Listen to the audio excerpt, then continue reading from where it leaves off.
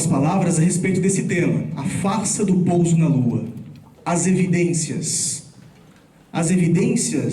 dessa grande farsa, que é propagado pela mídia epidérmica e pueril há décadas.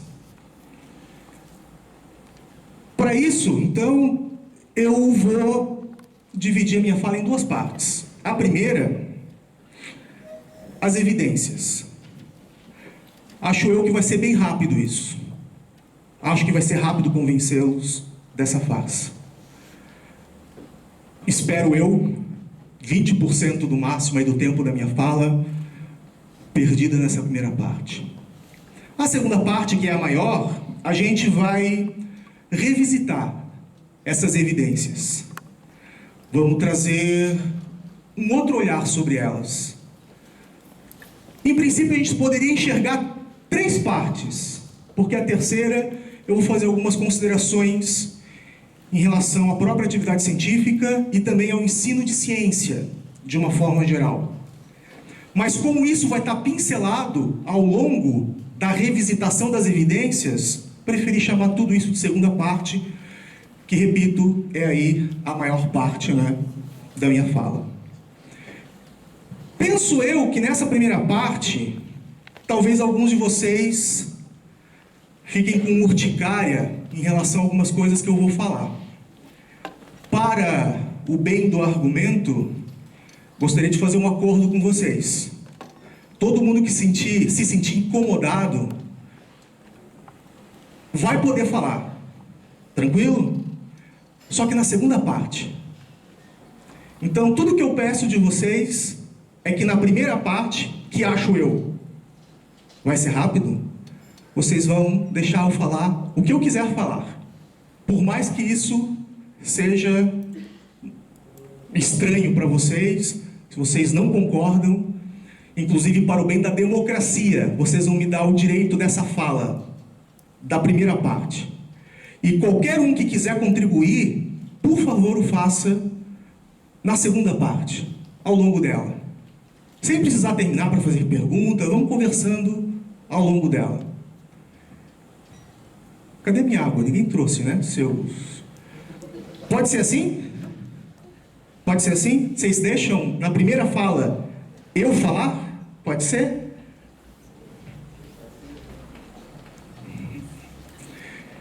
Pois é. Já fui lá pegar. Vamos começar pela primeira parte. Vamos tentar ser breve. Vamos, sem nenhuma contextualização, isso a gente vai, repito, lá na segunda parte, se preocupar um pouco mais, porque a gente vai revisitar essas evidências. Aqui vai ser algo um pouco mais imediatista. Vamos direto a algumas argumentações, direto para elas. E depois a gente vê como é que a partir disso a gente comenta um pouco, né, sobre ciência e ensino de ciência. Então, indo direto para algumas evidências que a gente pode aí comentar sobre essa farsa. São poucas, eu não preparei muitas. Talvez surjam, a partir de vocês, algumas outras. Penumbra na Lua. Pessoal, essas fotos são tidas como reais. Vocês encontram facilmente aí em sites específicos de astronomia. E são fotos facilmente encontradas no Apod NASA e no próprio site da NASA. E vocês veem que, embora esteja mais escurecido, o lado não iluminado aqui dos astronautas é perfeitamente visível. O que é muito estranho, porque por que vocês enxergam alguma coisa, né, fisicamente? De certa forma, a luz tem que estar incidindo nessa alguma coisa, né, para poder refletir, chegar até os olhos de vocês.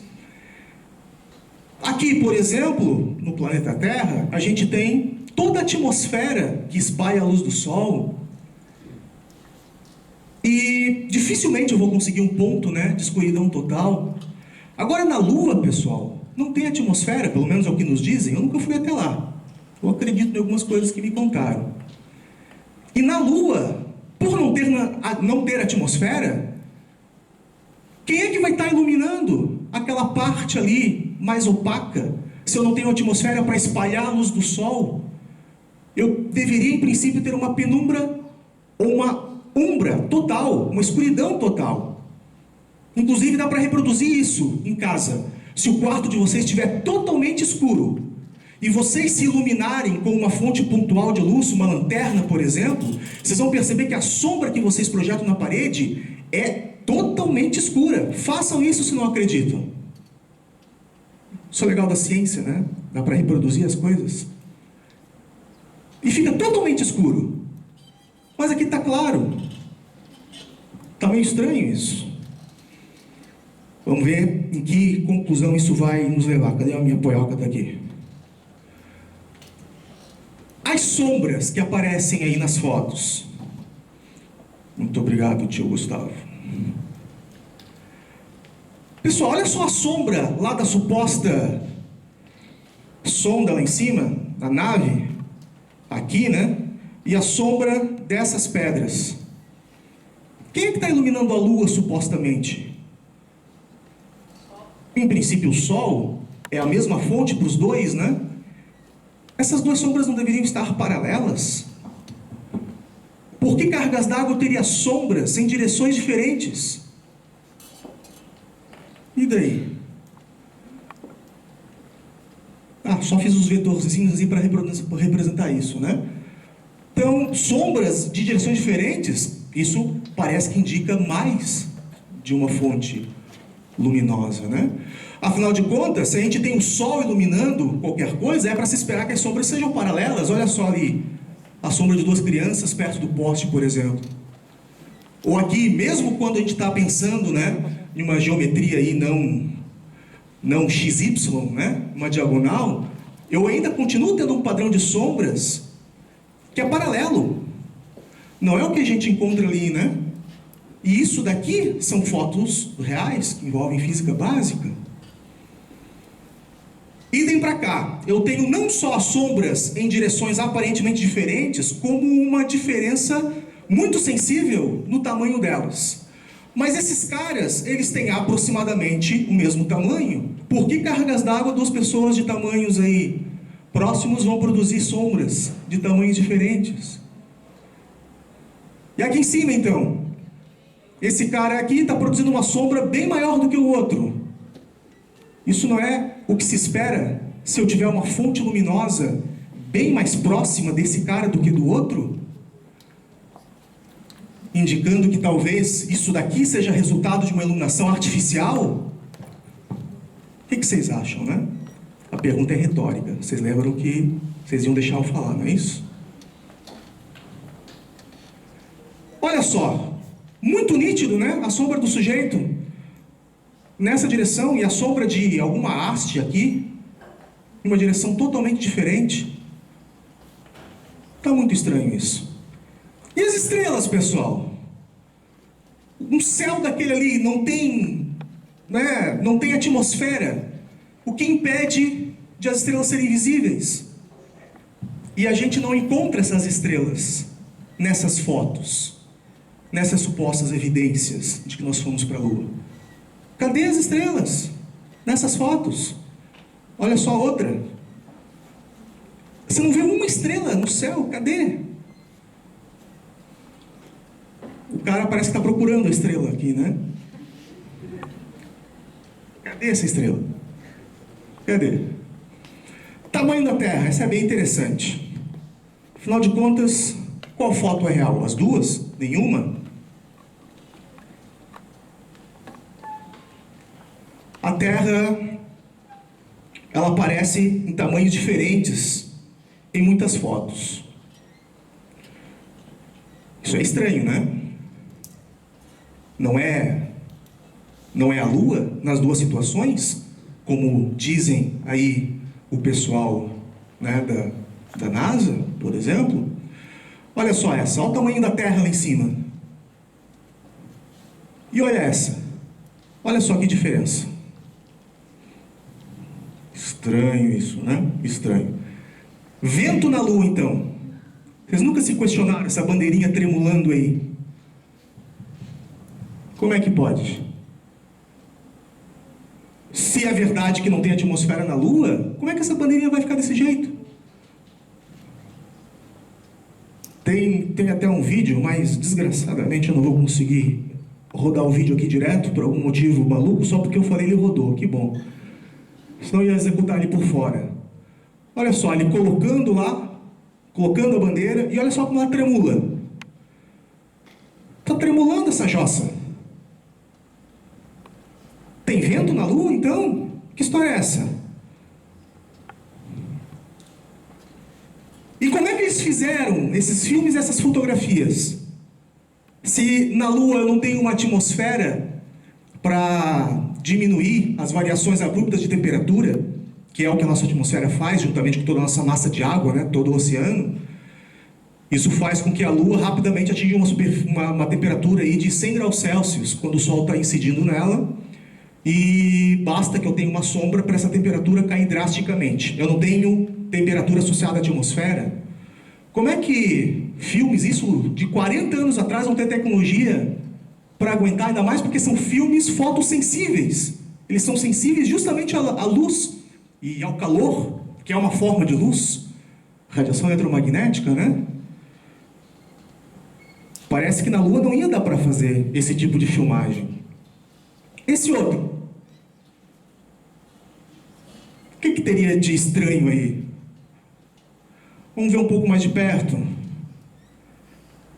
Pessoal, essa é uma foto que vocês encontram em qualquer sessão referente à chamada Apollo 11, o primeiro suposto pouso do homem à Lua, onde 2 astronautas pisaram na Lua, segundo os relatos. Mas tem esse cara, tem o cara lá de trás, que está aparecendo aqui no reflexo, e quem é que está batendo essa foto? Se só são 2 homens que pisaram, segundo aí os fatos, tá meio estranho. Quem é que tirou essa foto? Pegar, não sei porquê, né? Algum pessoal insiste nisso, mas tudo bem. Pessoal, quando vocês andam na areia da praia, é fácil de deixar uma pegada, né? Vocês têm lá sílica de uma forma geral, mas está úmido. E a umidade, ela acaba atuando como aglutinador. E a gente consegue lá produzir a pegada. Supostamente na Lua não tem umidade. A pouca água que tem na Lua é uma água congelada nos polos. Por não ter gravidade, as moléculas de água não ficam nela. Se um dia houve água líquida na Lua, ela foi embora há muito tempo, por falta de gravidade. Eu não tenho água como aglutinador. E o pessoal vai lá, coloca o pezinho e forma uma pegada. Vocês já tentaram fazer uma pegada, quem foi já andar nas dunas, em um clima bem seco? Aquelas dunas que são móveis com o vento, né? Vocês já botaram o pé e tiraram? Vocês viram se fica pegada? Agora vocês podem responder, fica pegada? Fica uma marca, né? Mas fica lá os dedos de vocês, na areia seca? Na Lua não deveria ficar também, né? E outra, olha só o macacão, segundo a NASA, macacão oficial usado na Apollo 11. Esses detalhes parece que não pensaram muito, né? Olha só a bota. Pessoal, isso é sério. Vocês encontram essa foto com um indicativo no site da NASA de que é o macacão oficial usado na Apollo 11. Olha a bota, olha a marca, que ficou meio que imortalizado como sendo um dos símbolos, né, de termos aí estado na Lua. É de suscitar aí alguns questionamentos, né? Então, diante destas poucas evidências, mas contundentes, o que a gente poderia aí concluir, né, de uma forma geral? Algo como isso? Tudo aparentemente indica que todas essas situações aí ilustram algo que foi encenado, uma grande farsa, E daí vocês podem achar, né, que a gente pode ir longe demais, mas eu já vou mostrar evidências disso. Lembra da palestra? Evidências. E, ao que tudo indica, o sujeito que está lá atrás dessa encenação, aqui, é esse cara aqui. Alguém sabe quem é ele? Quem é esse cara? Vocês podem responder. Não, vocês não valem. O Stanley Kubrick, diretor de 2001, Uma Odisseia no Espaço, um dos maiores clássicos da ficção científica. Na época, um dos nomes mais importantes do cinema. Né?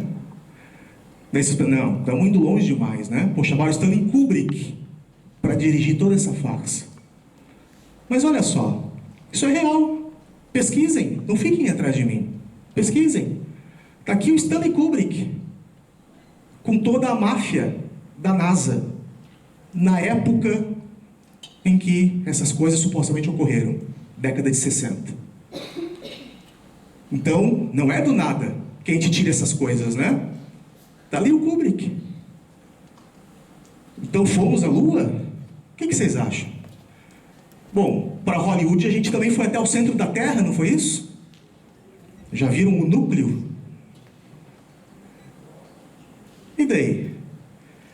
E aparentemente essas coisas são uma grande encenação de Hollywood. E o Stanley Kubrick teve relação com esse pessoal na década de 60. Eles se conheceram, né? Tinha algumas razões para isso, claro. Talvez a gente comente um pouco mais à frente um pouco dessas razões. Mas uma conclusão bastante lógica, a de que fomos enganados por mais de 40 anos.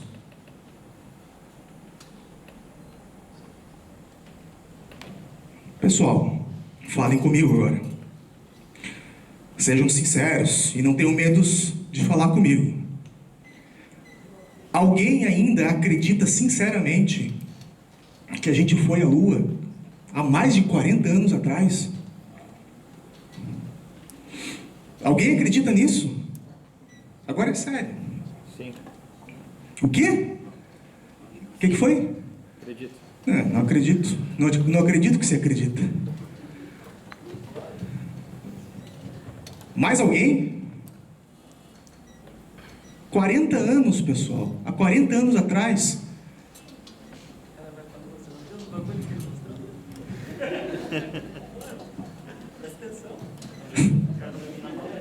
Hein, Luiz? Não é possível. Eu assisti um documentário sobre o Kubrick, onde fala sobre essa teoria da conspiração, de que ele teria filmado isso e tal. Né? Como teria? O documentário diz que é apenas teoria da conspiração. Como teria?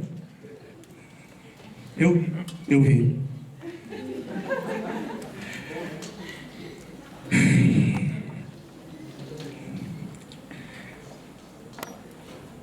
Vamos dar uma revisitada em algumas coisas? A gente vai avançar, tá, pessoal? Não vamos ficar com esses exemplos, apenas. Lembra da primeira foto, né? Da penumbra. Eu vou trazer uma fala, uma citação de um estudioso que eu quero que vocês tentem lembrar o nome, para a gente conversar sobre ele logo na sequência. Vamos dar uma lida no que ele fala. Agora, note como são perfeitas as definições de sombra na roupa do astronauta Edwin Aldrin, para os íntimos Buzz Aldrin, né? Sendo que na Lua não há refração da luz. O que é isso? Será que não há essa trolha aí na Lua? Ou seja, não existe penumbra, que é essa região, né, de lusco-fusco. Não é escuridão total. Tá. Ou a sombra é total, o efeito que vocês veem lá no quarto escuro, os curiosos vão testar isso daí em casa, em quarto totalmente escuro, vão ligar uma lanterna e vão perceber como que a sombra de vocês é totalmente escura, né? Ou não há sombra, a luz está incidindo diretamente. Penumbras como estas, perfeitamente visíveis na roupa de Aldrin, são impossíveis de existirem na Lua, porque na Lua não há atmosfera. E são os gases existentes na atmosfera os responsáveis pelas penumbras no nosso planeta. Aprenderam alguma coisa? Vamos tentar lembrar do sujeito? Basílio. André Basílio. Ele está na plateia? Por favor, se manifeste. Não. Que pena, ia ser interessante. Tente lembrar do Basílio. Ele vai surgir daqui a pouquinho, novamente, nas nossas conversas. Pessoal, isso daqui é uma penumbra. Você tem uma lanterna iluminando o lápis, por exemplo, você produz uma região onde incide muito menos luz, naturalmente, e uma região muito próxima do lápis, onde a gente poderia chamar aí de uma ombra, uma região realmente bastante opaca. Mas da onde que eu tenho aqui uma escuridão total, como o sujeito ali de trás está dizendo? Então, no mínimo, ele vai ter que falar alguma coisa para a gente a respeito de refração, o que está acontecendo aqui e por que eu estou vendo alguma coisa, né? Daí vocês poderiam falar, mas aqui a gente não está na Lua. Se a gente não está na Lua, o efeito não vai ser o mesmo. O problema é que se a gente não está na Lua, no quarto de vocês, vocês também não vão ter a atmosfera refletindo a luz do Sol, né? Para ter aí o efeito que ele está apontando. Então, o caso é correlato, né? Pessoal, me digam agora, não tem atmosfera, por que a gente está vendo isso daqui? Por que a gente está vendo ele na sombra da nave? E daí?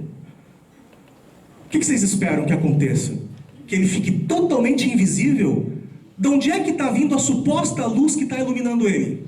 É a única maneira de a gente fisicamente enxergar alguma coisa. Luz bater no sujeito e voltar para os nossos olhos. De onde é que está vindo essa luz aqui? De onde é que está vindo essa luz aqui? Oi? De onde é que vem essa luz aqui?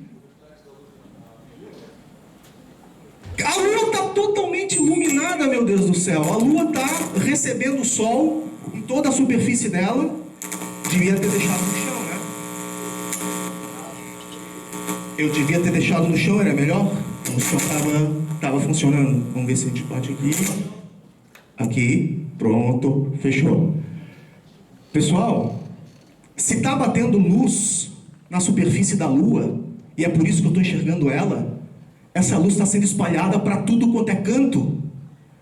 É óbvio que essa luz espalhada vai bater no sujeito que está ali, na sombra, que a gente acha, em princípio, né, que deveria estar todo escuro. A gente não, né? O André, lembrem do Basílio. A gente vai votar nele. Sombra de tamanhos e direções diferentes. Essa é interessante, né? Porque, afinal de contas, eu não tenho uma diferença muito grande nas alturas ali, né? Dos dois astronautas. Supostamente o Neil Armstrong e o Buzz Aldrin. Olha a diferença entre as sombras. Vocês acham que tem algo de estranho nisso daqui? E daí? Pessoal, duas pessoas de mesmíssimo tamanho, mesmíssima altura, se estiverem em desníveis diferentes, vão produzir sombras que se projetam mais ou menos. O tamanho da sombra depende de muitos fatores, não só do objeto iluminado. Isso daqui é uma simulação física, mas não precisa ficar só na simulação. Dá para mostrar algumas coisas mais reais? Façam isso em casa. 2 pedaços de madeira de mesmíssimo tamanho. Olha só a sombra deles. Qual que é o problema eu ter sombras diferentes para objetos iguais? Basta que a gente tenha uma irregularidade na superfície, que a gente não tenha algo plano. É exatamente isso que a gente observa. Sombras de tamanhos diferentes, pessoal. Aqui, mais uma vez, usando um software de simulação de situações básicas de física. Com a irregularidade, a gente tem sombras de tamanhos diferentes para objetos de mesma altura e, aparentemente, uma alteração também na direção. Se a gente voltar ali anteriormente, né? Percebam o seguinte, nessa simulação aqui, a sombra projetada nessa superfície, que não é a mesma que essa superfície, também não são paralelas. Embora elas sejam. Elas não são paralelas por causa da paralaxe. Se vocês olharem com o ângulo certo, vocês vão perceber que elas são paralelas. Só que a depender da distância, da posição do observador em relação aos objetos observados, eu tenho a nítida impressão de que aquele ângulo é diferente, né? Qual que é o ângulo que vocês acham que está... Se vocês olham lá para o canto do auditório, é que eu não tenho um canto aqui para mostrar para vocês. O canto do auditório. Pode ser esse canto aqui, não pode ser aquele canto lá. Todo mundo agora. Aquele canto lá. Aquele canto lá, ele supostamente não pode ser usado como o eixo cartesiano tridimensional XYZ? Quantos graus tem entre, sei lá, o semi-eixo X e o semi-eixo Y? Quantos graus? Vocês olham para lá, tem 90 graus entre o X e o Y? Não importa quem vocês peguem para X ou para Y. Tem 90 graus? Para quem acha que tem 90 graus, façam isso em casa. Peguem um transferidor e tentem colocar o 90 graus do transferidor coincidindo com o que vocês estão chamando de XY. É impossível. Vocês sabem que o XYZ estão lá com 90 graus, vocês se convenceram com a experiência de vocês. Mas na hora que vocês têm a projeção de algo tridimensional em algo que é bidimensional, que é essencialmente como a gente processa as imagens, aquilo lá vai ter quantos graus entre cada eixo? Se os três juntos vão formar 360. Eu tenho 120 graus, pessoal. Mas na prática, se eu vou medir, daí eu sei que vai ter 90. Em outras palavras, eu erro muito se eu ficar dependendo apenas daquilo que eu acho. Ah, elas não são paralelas. A tua posição conta muito em relação a isso, tá? Vamos se adiantar. Essa aqui é a mesma coisa, só que diferente, então a gente pula, olha só, um monte de toco em princípio, todos na mesma altura, e olha só as sombras. Aparentemente tamanhos diferentes, direções diferentes. Perspectiva. É a maneira como o cérebro de vocês constrói as coisas. E se vocês vão andando através da estrutura, vocês vão percebendo que a sombra que vocês enxergam também vai sendo alterada. Então não tem nada demais, pessoal. As sombras, elas não dependem pura e simplesmente do tamanho do objeto. Tem muitas outras, poucas alterações aí nesse efeito, né? Aqui, acho que é a última desse mesmo tópico. Mostramos essa foto, as duas sombras aí, né, de trajetórias diferentes. Tire uma foto como essa em casa. Se a superfície não for totalmente plana, é muito comum vocês terem algo como isso. Olha só a direção da sombra do sujeito que está batendo a foto. Não fui eu que bati, mas foi um colega. E olhem aqui a sombra das pedras. Olha lá, minha sombra vai lá para trás. Olha só a sombra das pedras, parece que estão indo para cá. Não tem problema nenhum por causa da irregularidade da superfície. A semelhança daquelas simulações físicas ali que a gente tinha percebido. Tá? Isso é perfeitamente o que se espera da natureza das coisas. E outra, se eu vou afirmar que tem alguma fonte de luz artificial filmando esses caras, iluminando esses caras, para eu montar a minha farsa. Então eu coloco um holofote supostamente próximo dos sujeitos. Será que o de trás aí vai ter essa sombra alongada? Né? E outra, se eu tenho sombras também diferentes, alguns vão dizer que a gente tem então fontes luminosas diferentes, mas será que precisa? Pessoal, olha só o que vocês esperariam se a gente tivesse realmente um holofote perto deles. Pessoal, quem está mais próximo do holofote vai ficar com uma sombra menor. Quem está na frente vai ficar com uma sombra maior. Justamente pelo fato de o ângulo de incidência da luz em relação a quem está mais distante produzir uma sombra também mais extensa, porque o holofote ele fica em um horizonte mais baixo, a gente diz, né, em relação ali ao objeto. Isso é o que você espera com o holofote perto. E o que está acontecendo lá em cima? Exatamente o oposto. Exatamente o oposto que se espera pela física básica que aconteça. Se tivesse o holofote, se eu tiro o holofote e eu imagino que é o sol que está iluminando esses caras, é exatamente isso que vai acontecer, pessoal. Aqui é a mesma coisa, só que diferente, né? Ao invés da ilustração, da animaçãozinha, eu tenho aqui uma lanterna e está iluminando o objeto mais próximo, mostrando que o objeto mais próximo fica com uma sombra menor do que o que está mais afastado.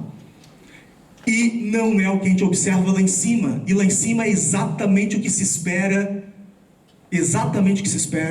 de duas pessoas sendo iluminadas por uma fonte distante. Na verdade, fisicamente no infinito, a gente diz. Cuja distância é muito maior do que a distância entre os dois. Eu necessariamente vou ter o sujeito mais próximo da fonte tendo uma sombra mais alongada. É o que se espera, pessoal, com física básica. Cadê as estrelas? Cadê as estrelas? Nessas fotos. Foram para onde? O que o povo quer? Uma foto como essa na Lua? Isso aqui é uma foto real. Isso aqui são estrelas, na verdade, até a parte da nossa galáxia, né? É uma foto real. Vocês já conseguiram tirar uma foto parecida com essa com o celular de vocês? Já tentaram, pelo menos? Bater uma foto do céu com o celular? Não, né? Tem 300 fotos em, 5 minutos na frente do espelho, né? E nunca bateram uma foto do céu, das estrelas. Pessoal, qualquer um que sabe muito pouco sobre fotografia básica, sabe que se eu tenho uma fonte iluminada, a depender da abertura do meu obturador, do meu tempo de exposição, eu vou estourar a minha imagem, de tal modo a perder informação, porque ela fica borrada. Aqui é um caso muito clássico, onde se eu quero enxergar as pessoas, eu vou ter que ter um obturador que vai estourar a imagem iluminada.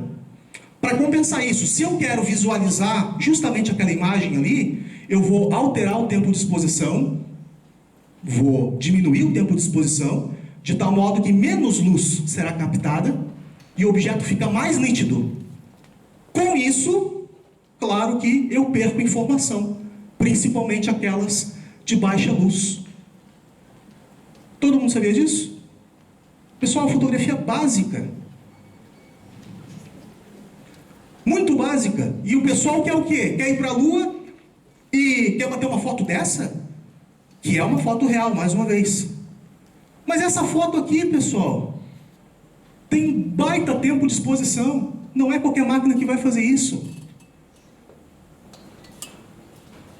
E essa aqui então, né? Essa eu coloquei ontem na apresentação, porque saiu esses dias no APOD, né? No APOD NASA, que todos os dias coloca uma foto interessante nova lá, né? Uma foto real, mostrando todas as estrelas, na verdade muito mais do que o que a gente conseguiria enxergar, inclusive toda a chamada luz zodiacal, que é a luz do Sol refletida, né, pela poeira existente aí entre a Terra, né, e na verdade no nosso sistema solar aí como um todo. Pessoal, isso aqui é uma foto muito técnica, eu tenho que botar um tripé daquele ali, paradinho, bonitinho, um longo tempo de exposição para conseguir enxergar as estrelas. Isso aqui são fotos absolutamente atuais, com excelente equipamento. Esse daqui é da, se eu não me engano, primeira vez que o Japão envia algo para a Lua. Foi agora, há pouco tempo, 2007, bateram essa foto. Olha lá o céu, também não tem nenhuma estrela. Daí é claro, o pessoal já vai dizer também, ó, tá vendo? Até os japoneses estão nessa roubada aí, estão acreditando que estão indo até a Lua. Os japoneses também estão forjando tudo isso. Não basta essa? Essa então, Ceres, foto extremamente recente, agora de 2015. Alguém sabe quem é Ceres? Aonde ele está? Ceres é o maior asteroide do sistema solar. Na verdade, ele já é considerado um planetóide. Um planeta anão, ele fica ali perto do cinturão de asteroides, né? Entre Marte e Júpiter. Mas olha só o céu, totalmente escuro também, pessoal. Olha só, cometa 67P. Ficou famoso esses dias atrás porque foi o primeiro que a gente conseguiu estudar bem de perto. Uma sonda foi enviada para lá, agora em 2014. Uma foto bonitinha e também nenhuma estrela. É exatamente o que se espera. A única maneira de ver estrela aqui é estourando a imagem. Eu consigo ver a estrela, em detrimento de uma boa imagem daquilo que eu realmente quero, que é o cometa. Isso aqui é fantástico, né? Porque é uma foto do cometa tirada de lá. Isso é quando a Rosetta, né, já pousou, já tinha pousado e tirou uma foto lá do cometa, né, com o céu previsivelmente todo escuro. Como eu falei para vocês, dá para ver estrela sim. Está aqui uma foto do mesmo cometa, quando a Rosetta estava em aproximação uma foto que foi publicada lá também no Apod NASA. Estrelas visíveis. Aqui dá para ver, né? Porque na projeção perde bastante informação, na tela aqui fica bem visível. Agora, inclusive, a gente consegue visualizar, né, todo o rastro aqui de poeira e água, gelo derretido aí do cometa. Mas percebam como que o branco, como que a imagem fica estourada aqui para eu conseguir enxergar as estrelas. Então, se eu não enxergo estrelas em uma foto astronômica, é pelo simples motivo de que não é o que a gente quer. A gente quer uma foto do objeto. E com isso eu sacrifico as estrelas para ter uma boa imagem do objeto, pessoal. Né? Tamanho aparente da Terra. Aqui isso começa a ficar quase que engraçado, se não fosse trágico. Alguém tem algum problema com isso? Qual o problema? Vamos voltar para o Basílio? Fala dele. Já vou dar a fonte, inclusive, para vocês. Indício de fraude. Aparentemente, trata-se de duas montagens feitas por pessoas diferentes. Eu não sei nem o porquê que ele precisa de duas pessoas diferentes, como se eu não conseguisse fazer duas fotos se eu faço uma, né? A primeira foto mostra o tamanho da Terra mais próximo do real. O que é a Terra mais próximo do real? Qual é o tamanho real de alguma coisa? Se tamanho só faz sentido em relação a alguma coisa. Qual é o tamanho real da Terra? A segunda foto mostra o tamanho da Terra à vista da Lua, menor que o tamanho da Lua à vista da Terra. Qual o problema? Qual o problema? Todo mundo já viu isso? Uma foto, normal, olha a luazinha lá. Uma foto sem nenhum tratamento, nenhum. Vamos ver mais uma foto sem absolutamente nenhum tratamento. Essa. Olha a diferença do tamanho da Lua. É montagem, uma das duas. Alguém sabe como obter uma foto como essa? Vocês não valem. Alguém sabe como é que a gente obtém? Todo mundo que já tentou bater uma foto da Lua, porque ela, nossa, que Lua bonita, tá nascendo. Você tira a foto, fica aquela bolinha, né, sem graça nenhuma, se apaga na hora. Alguém sabe por que ou como é que a gente obtém essa foto? Alguém lá que tinha levantado a mão, não? E daí? Como?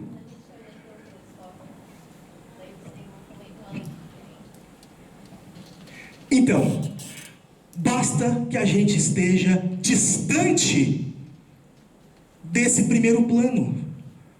Se eu estou muito distante do primeiro plano, se eu estou batendo isso então ou com um telescópio, ou com uma máquina com um potente zoom, o que acontece? Eu vou trazer o primeiro plano para perto e proporcionalmente tudo o que tem atrás dele, junto. Eu amplio o primeiro plano e eu amplio a Lua. E eu consigo uma foto como essa sem absolutamente nenhum tratamento. Simplesmente um truque. Não é nem truque, é a física elementar das lentes, caramba.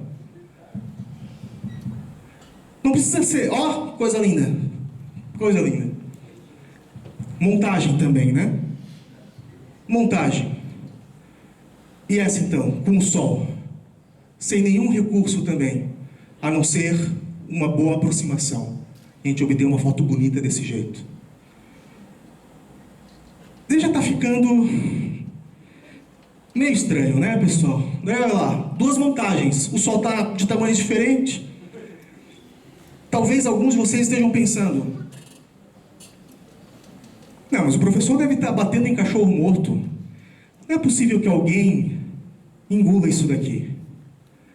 Não é possível que alguém engula isso daqui para dizer que foi fraude a gente ter ido à Lua, pelo simples motivo de a Lua aparecer de tamanhos diferentes. Não é o que se espera de uma pessoa adulta. Não é isso? Tá. Já vou voltar. Olha só, as duas que eu tinha mostrado para vocês. A Terra, no seu tamanho natural, seja lá o que isso significa, e a Terra ali na foto da NASA. Não é a mesma Terra? Mas que caramba, né?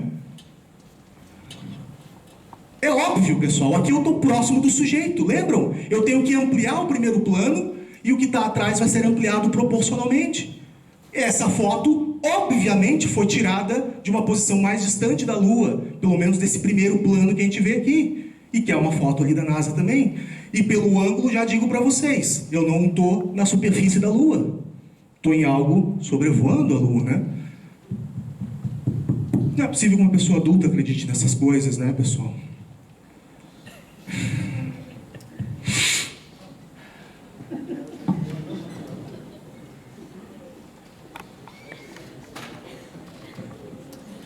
Por que é esse cara que eu estou trazendo? Poderia ser outros. O André Basílio, pela formação a gente percebe, grande cientista.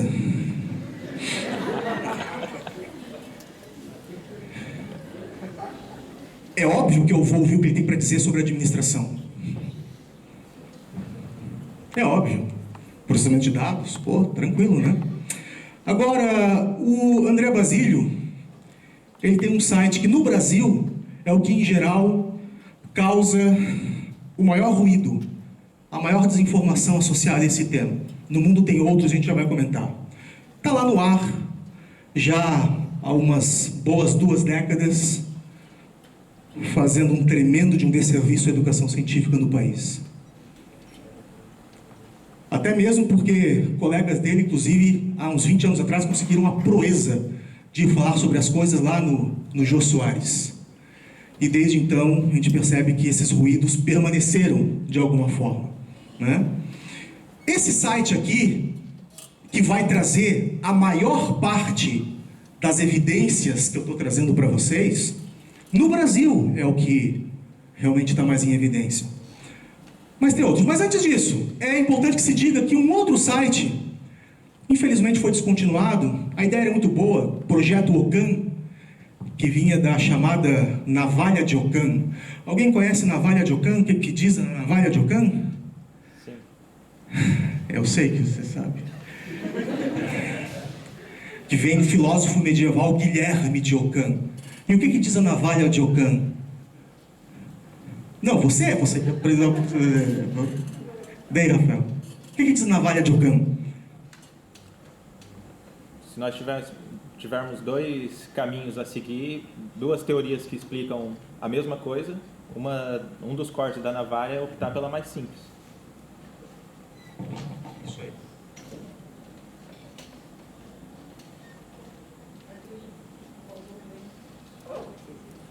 Não está na hora ainda. Mas que bom que o senhor está ligado. Então, povo, olha só.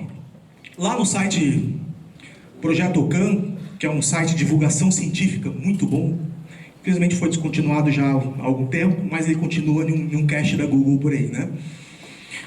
E lá eles fizeram simbolicamente o Prêmio Dragão Invisível,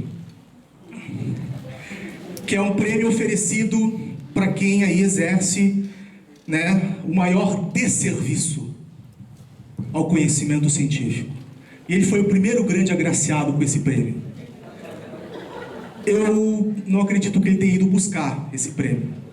Ficou por isso mesmo, tá? Então, pequeno parênteses para quem quiser, o site ainda existe, tem alguns tópicos lá bem interessantes de serem visitados.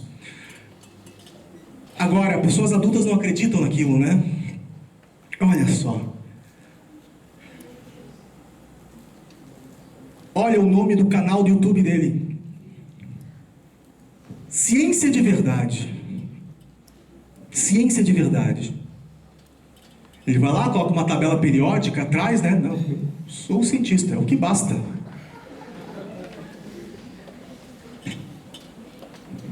E ele vai, né? Olha só. Está com um horizonte aqui, tá um pouco diferente, né? Está um pouco pequena essa bolinha, não é isso? Então, Ele está falando sério. Ele está falando sério.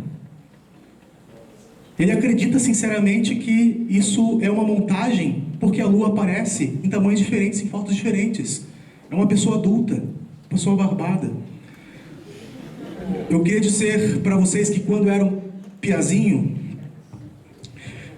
eu não sei, eu acho que biologicamente é mais ou menos o que a gente pensa a respeito dos pais, das pessoas adultas, né? Mas eu pensava que pessoas adultas barbadas, por definição, eram pessoas sérias. Eram pessoas que sempre falavam daquilo que elas sabem do que elas estão falando. Eram pessoas comedidas que evitavam a tecer comentários sobre as coisas que ela não sabe. Mas a gente cresce, né? Em algum momento da vida, a gente para de acreditar em Papai Noel também. Visitem o site do sujeito, para vocês verem que aparentemente, embora isso aparentemente possa ser brincadeira, como que é sério esse assunto, pessoal? Pessoas morrem porque não tomam vacina, por desconhecimento. Entre muitas causas da morte, eu vou criar um significado de uma palavra, vai ser um neologismo. É porque o pessoal, principalmente da academia, não gosta do significado antigo.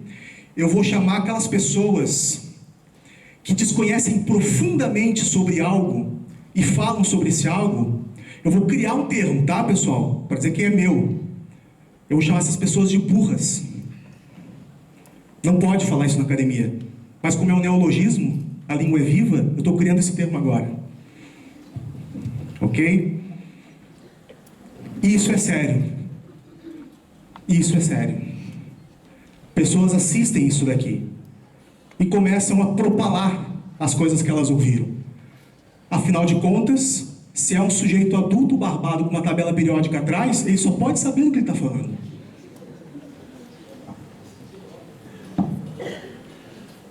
Depois me perguntam onde é que vem os cabelos brancos, né? Onde é que vem isso? É só da idade. É só a idade. O André Basílio não está sozinho. Claro que não. Curiosamente, todos os argumentos que ele traz não são dele. Nem isso. Mas nem para isso. Mas nem para criar um pouco de originalidade de uma argumentação que já existe há décadas. Esse site, interessantemente, você encontra um a um, às vezes até na mesma sequência, as evidências que o André Basílio traz lá no site A Fraude do Século. Aparece às vezes quase na mesma sequência nesse site aqui. Vocês percebam o profissionalismo do design, né? The Fake, da Paul Landings. Olha lá o endereço. UFOs Aliens. Site científico de primeira. Esse site traduzido vira a maior fraude do século com um Basílio, grande intelectual do Brasil. Ué, Paulo Coelho não está lá na Academia Brasileira de Letras? Então. E essas coisas, se vocês forem fazer um pequeno traçado histórico, vão encontrar provavelmente a origem primeira de toda essa pataquada, que é aquele livro do Bill Casey e um outro sujeito que ajudou lá a redigir. Esse livro foi feito poucos anos depois, pessoal, do pouso aí na Lua em 1969. Daí você vai ver quem foi o Bill Casey. Você vai descobrir que ele trabalhou na NASA. É sério, vocês encontram essa informação? Eu encontrei. Pô, ele só pode estar falando a verdade, né? Ele vazou uma informação que era um segredo nacional de Estado. Daí você vai descobrir. Ele é graduado em letras. Qual o problema? Não à toa é um livro muito bem escrito. Muito bem escrito. E o que ele fazia? Ele era do setor textual, de comunicação, de uma parte dos equipamentos técnicos, de uma parte da tecnologia lá, de um pequeno propulsor de um foguete. E boa parte dessas argumentações que eu trouxe aqui aparecem pela primeira vez, aparentemente, na história, com esse livro. Pra vocês verem o tamanho do estrago, né? Repito, para muitos de vocês, talvez isso, né, não perturbe, afinal de contas, alguns poucos levam a sério essas coisas, mas não me preocupam vocês nesse sentido. Me preocupam aquela minoria. A minoria que faz o estrago. Né? É por isso que não me preocupa a maioria dos muçulmanos. Não me preocupa, é tranquilo. Mas é a minoria que faz o estrago. Eu me preocupo com a minoria. Essa minoria é perigosa, muito perigosa. E esse livro vai trazer coisas, então, como a gente estava comentando. Vamos falar mais um pouquinho sobre algumas dessas pataquadas. Vento na Lua. Pessoal, na Lua, de fato, eu tenho uma gravidade muito pequena, não consegue reter a atmosfera. Se eu não consigo reter a atmosfera, eu tenho quase o que a gente poderia chamar de um vácuo que não existe na natureza, como significando a ausência de qualquer coisa. Eu sempre tenho algo em qualquer lugar. Mas, em termos de atmosfera, a gente tem uma densidade muito, muito, muito próxima do zero na Lua. Se a gente não tem atmosfera, pessoal, uma lei das mais básicas possíveis da física impera. A inércia. Se eu não tenho nada que impeça o movimento, qual que é a tendência desse movimento? E daí, né? Eu preciso de uma explicação por que aquela desgraça parou. A gente já conversou isso em sala. A tendência daquilo ali é continuar. Na hora em que eu coloco algo se movendo na Lua, qual que é a tendência? Permanecer assim. Não tem atmosfera. Portanto, o movimento de uma bandeira tende a permanecer por um tempo aí maior. E é óbvio que ela não está tremulando. Ela só se mexe na hora em que o sujeito está segurando a mesma. Daí tá lá, né? Se ele está balançando, eu vou ter aquele efeito, que na Terra vai ser diferente por causa da atmosfera. E a própria gravidade também, que é diferente, a gente vai conversar logo na sequência. Mas as coisas chegam ao ponto, pessoal, e daí eu já não acredito que uma pessoa barbada, nem mesmo como aquela do Ciência de Verdade, vai realmente propalar. É só gente que, por várias razões, realmente nunca leu nada a respeito do mais básico da ciência. E que vai dizer o seguinte: mas a bandeira está em pé, tremulando. Meu Deus do céu! Isso está escrito em sites como aqueles que eu mostrei para vocês.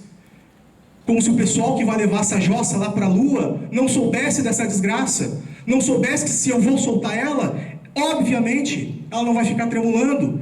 Então o que eu vou fazer? Eu vou colocar uma armação para ela ficar daquele jeito, né, pessoal? Antes de mostrar a armação, a questão do balançar, até a piazada lá do Mythbusters fez isso.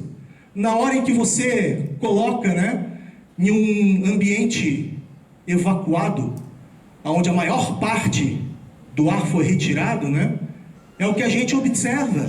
Aquele movimento fica bem mais proeminente e tende a durar por um certo tempo, mesmo na hora que você para de segurar. E a conclusão óbvia, uma das coisas que eu brincava quando eu era piá, também ficava vendo Mythbusters, né? Eles faziam lá a pergunta, iam atrás, e daí eu perguntava: pô, mas qualquer um sabe o que vai acontecer?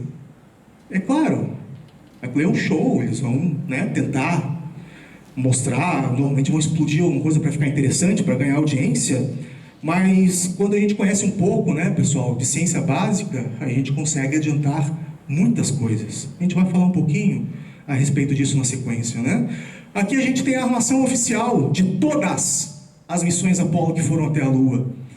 A gente tem ali uma armaçãozinha, aonde os astronautas vão lá e montam para ela ficar com aquela aparência de estar tremulando, embora não esteja em momento algum, a não ser pelo princípio básico aí de inércia, que por, né, resistência ali do próprio material oscilante, ele vai parar muito rapidamente, claro, né? Inclusive a ideia é que ela ficasse bem esticada, mas lá na Apollo 11, na primeira, eles gostaram tanto do efeito da balança, da bandeira amassada, que isso meio que ficou, né, um padrão aí para todas as outras vezes, né? A questão do filme ignorante, eu acho isso bem desinteressante. Eu só trouxe porque aparece em tudo quanto é canto daqueles sites fajutos lá a respeito dessas supostas evidências, né? Quem disse que ele precisa resistir a altas temperaturas? Pessoal, se eu não tenho atmosfera, qual é o tipo, né, de calorimetria, de termodinâmica que eu vou ter na Lua? A gente aí sabe, né, que a gente tem 3 maneiras aí para condução da energia térmica, né, condução do calor. Ou as coisas vão se dar por condução, uma molécula carregando a energia de uma a uma por contato, ou vai ser por convecção, onde moléculas aquecidas, por sua menor densidade, sobem em relação àquelas de maior densidade, né? Inclusive é por convecção que a gente explica por que a cortininha do banheiro fica grudando na gente no chuveiro quente. Nunca perturbou isso vocês? Eu acho que é por isso que descontinuaram a fabricação daquela cortininha desgraçada. É curioso que teve um físico que ganhou o prêmio Ig Nobel de Física. Quem não sabe que o prêmio Ig Nobel está perdendo grandes momentos aí de diversão, que é o prêmio concedido para o trabalho sério, científico, publicado em revista aí, editada por pares, coisa séria, mas o trabalho de maior inutilidade no ano. Há 5 anos atrás ganhou o cara lá que descobriu por que as estátuas de bronze da França oxidam menos por causa dos cocôs de pombo, né? Qual a utilidade disso? Mas em tratando de ciência, não duvidem da utilidade disso. É uma pena que eu não posso abrir esse parênteses, porque é muito interessante. Mas, além dessas duas, eu vou ter por radiação. A energia transportada por ondas eletromagnéticas. É essa que vai atuar na Lua, porque se eu não tenho atmosfera, eu não tenho o problema da condução. Teria do chão para a roupa, o que eu resolvo facilmente com o material adequado no pé da minha bota. Não vou ter problema de condução e convecção da atmosfera, porque não tem atmosfera. Só vai sobrar a radiação do Sol incidente na Lua. Opa, faltou então só concluir. Se é só por radiação, é fácil você bloquear isso. Assim como uma garrafa térmica consegue segurar bastante a energia térmica lá dentro, né? Tem aquela parede espelhada com um pseudo-vácuo lá também, que não deixa eu perder energia em forma de ondas eletromagnéticas, por isso a parte ali espelhada, né? A parte evacuada, justamente para não ter o problema ali da convecção e da condução. Então, basta que eu tenha alguma película relativamente pequena e simples para bloquear aí esse efeito. Eu faço com que a carcaça se esquente, mas o interior dela, por não ter atmosfera, fique fria, porque eu não vou ter ali a transmissão dessa energia, tá? Coisa básica, pessoal, coisa básica. Terceiro homem na Lua, eu gosto muito dessa. O pessoal olha ali, né, pro capacete do cara, pô, tem alguém lá, né? Tem alguém lá, daí tem um sujeito aqui que eu estou batendo a foto. E qual é o terceiro cara que está batendo a foto desse cara aqui? Tem 3 astronautas aqui? Só porque você vê aquele cara lá longe, você acha o quê, né? Daí você pensa, na verdade, sem pensar, isso aqui é um espelho. Ele está refletindo aquele sujeito, não é isso? Ninguém acredita que aquele sujeito está lá dentro da cabeça dele, né? Eu não duvido que alguns acreditem. Não é um espelho plano. Em um espelho plano, o tamanho da imagem é sempre igual ao tamanho do objeto. Isso é um espelho convexo. Todo mundo já brincou com o espelho convexo? O espelho convexo... Ah, sim, claro. Alguns deles, às vezes... ao mesmo tempo, carregavam câmeras como aquela, anexadas, a GoPro da época, né? A GoPro.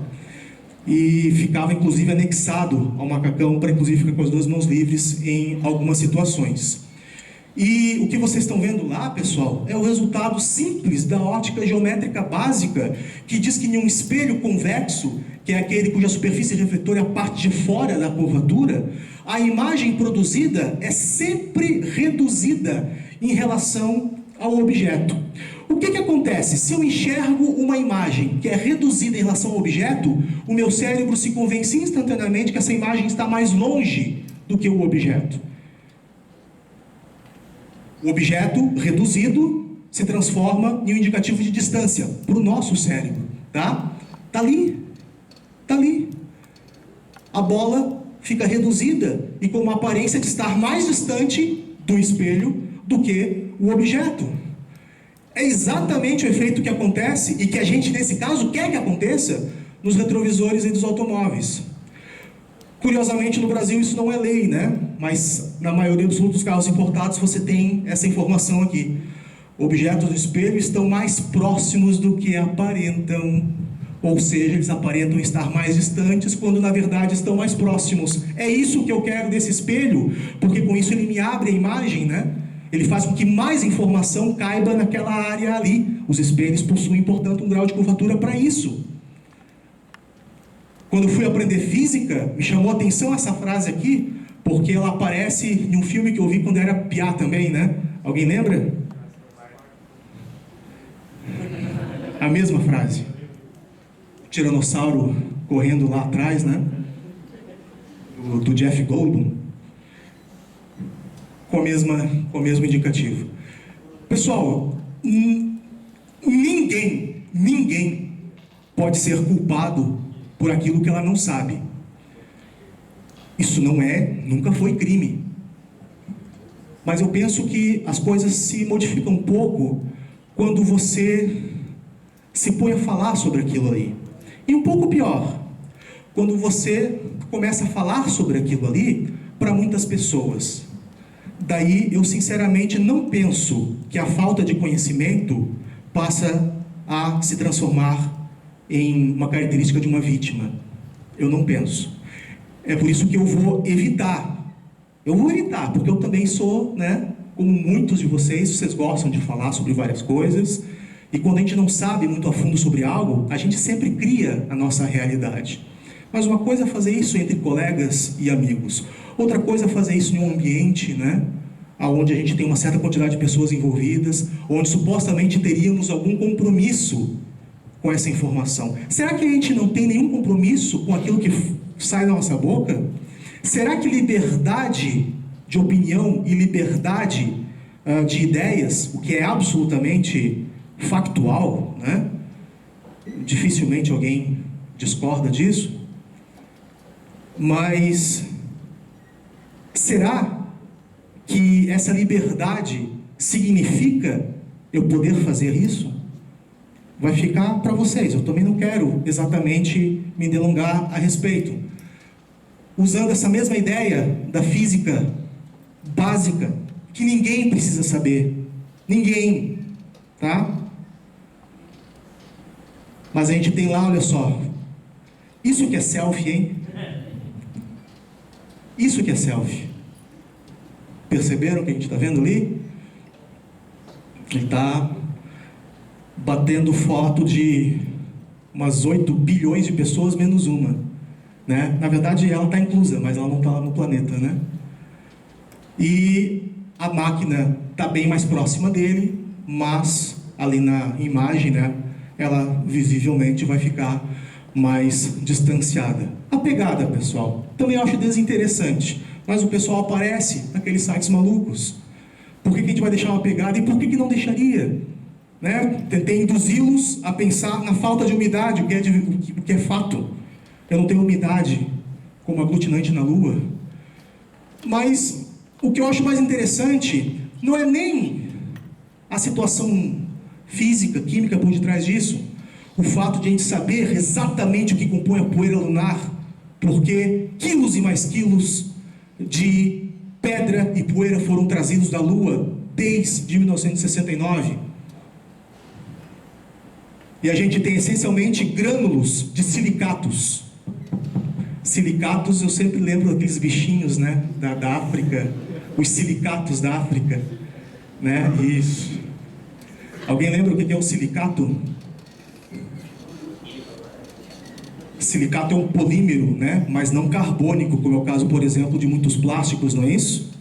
O silicato, em geral, envolve silício, né, oxigênio, normalmente um ou outro átomo metálico, às vezes um nitrogênio, criando moléculas extensas, que na Terra, no planeta Terra, quando vocês vão lá e rompem a estrutura, por exemplo, de um polímero de silicato, ele rapidamente tem as suas extremidades reagindo com o ar, né? Tem muita coisa no ar.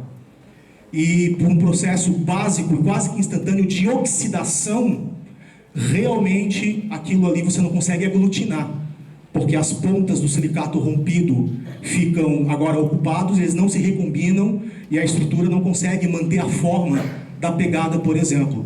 Na Lua, eu não tenho atmosfera. Eu não tenho oxigênio para reagir com o silicato.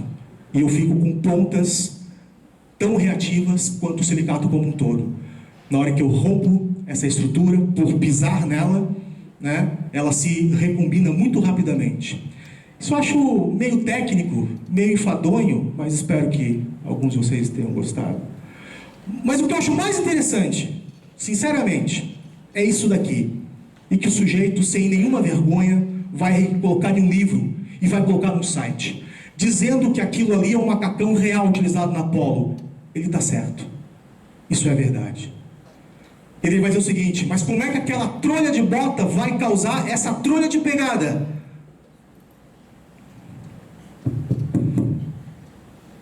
E daí eu só consigo enxergar duas possibilidades para essa argumentação. Já vou colocar qual é. Esse macacão é um macacão base. Eles não pisam na Lua com esse macacão. Eles usam essa bota, que é para justamente causar aquele isolamento que eu falei para vocês, para evitar o problema de condução. Então eu tenho que ter um material adequado ali no meu pé, para não ficar pisando em uma rocha de 100 graus Celsius. Ok? Isso aqui, pessoal, isso aqui é o que eu acho mais grave. Por quê?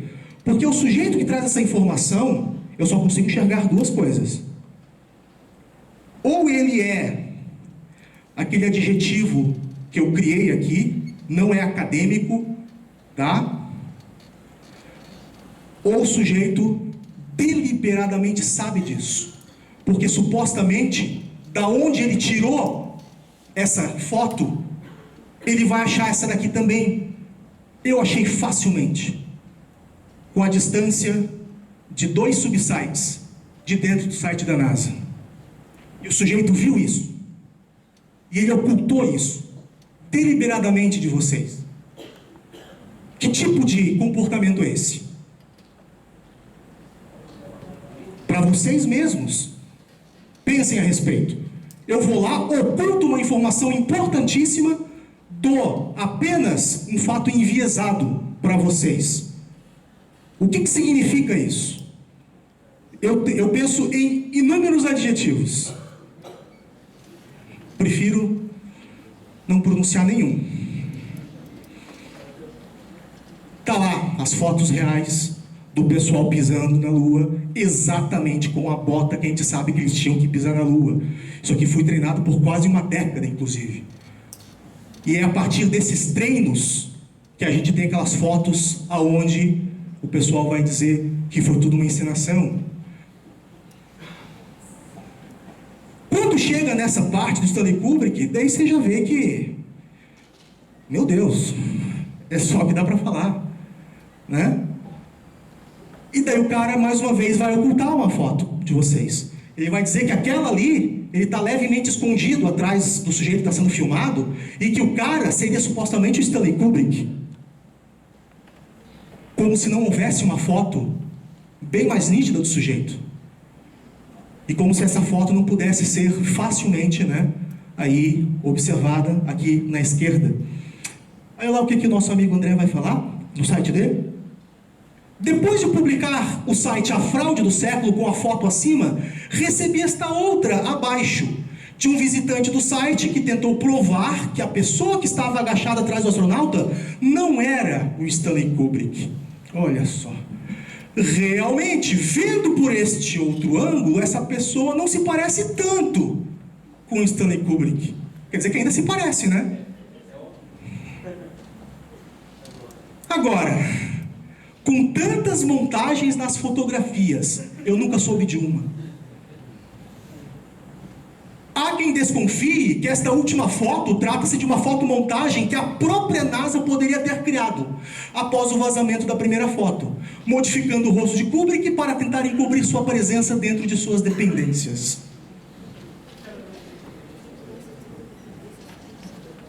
Existe um nome para esse jogo. O jogo onde você vai preservar aquilo que você quer defender, criando hipótese em cima de hipótese para preservar aquilo que você não quer atacar. E a pergunta que a gente tinha que se fazer é o seguinte: qual o limite dessas invencionices? Eu crio hipótese em cima de hipótese e está valendo? É assim que funciona, por exemplo, ciência? Eu vou criando as minhas hipóteses, uma em cima da outra. O que está faltando para a gente conseguir separar o joio do trigo aí? Alguém poderia falar? É o que a gente chama então de acúmulo de hipóteses ad hoc. Ad hoc são hipóteses que eu coloco na minha explicação sem absolutamente nenhuma evidência, e eu coloco ela ali pelo simples motivo de querer preservar aquilo que eu não quero atacar, ou aquilo que eu quero defender. Vou colocando hipótese em cima de hipótese. Vamos fazer aqui um exercício bem rapidinho. Me provem que o Sol é quente. Uma evidência. Por favor, de preferência, não de vocês. Uma evidência de que o Sol é quente, por favor. Vamos lá. Daqui a pouco a gente... Não, professor, eu já estou em dúvida agora. Eu não sei mais se o Sol é quente. Vai lá, uma evidência que o Sol é quente. Falem, não está valendo nota, pode falar. Uma evidência de que o Sol é quente. Ele aquece a Terra. Quando ele aparece, fica quente. Vocês vão na praia, né? Esquenta ou gela, né? Esquenta, né? Mas eu poderia falar o seguinte para vocês: o fato de vocês se esquentarem na praia não é por causa do sol. O sol pode ser até seu agente inicial, mas eu poderia dizer o seguinte para vocês: o sol emite um tipo de onda eletromagnética que não carrega nenhum tipo de quentura. E essa onda eletromagnética, em contato com a atmosfera, causa um efeito onde a atmosfera se aquece. Mas o Sol não é quente. Da mesma maneira que quando vocês vão colocar algo no micro-ondas, o micro-ondas ele esquenta por dentro. O que vocês acham? Né? Coloca lá um prato, né? O que o micro-ondas esquenta na verdade? Todo mundo já brincou com isso. Fala lá, Vitor. Tá, mas isso porque você está acreditando em mim. Você está acreditando em mim? É, pois é. E daí, pessoal, o micro-ondas. O que o micro-ondas aquece? A água. Por condução, vai esquentar todo o resto, né? Da minha coxa de galinha do dia passado. Não é isso? Agora é só água que esquenta. Por condução, o recipiente pode esquentar. Mas a onda magnética ali, ela não é quente. Ela torna as coisas quentes. E eu posso dizer o mesmo em relação ao Sol. O Sol não é quente. Vocês estão vendo? Acabei de fazer uma hipótese ad hoc de que o Sol não é quente. É um efeito apenas da nossa atmosfera. E na verdade, se eu me aproximar do Sol, eu vou perceber que ele é frio. Por que vocês vão aceitar ou não aceitar isso que eu estou falando? Será possível que a gente não tenha nenhuma forma minimamente objetiva de escolher uma hipótese em detrimento da outra, uma ideia em relação à outra? Será que tudo vale nesse sentido?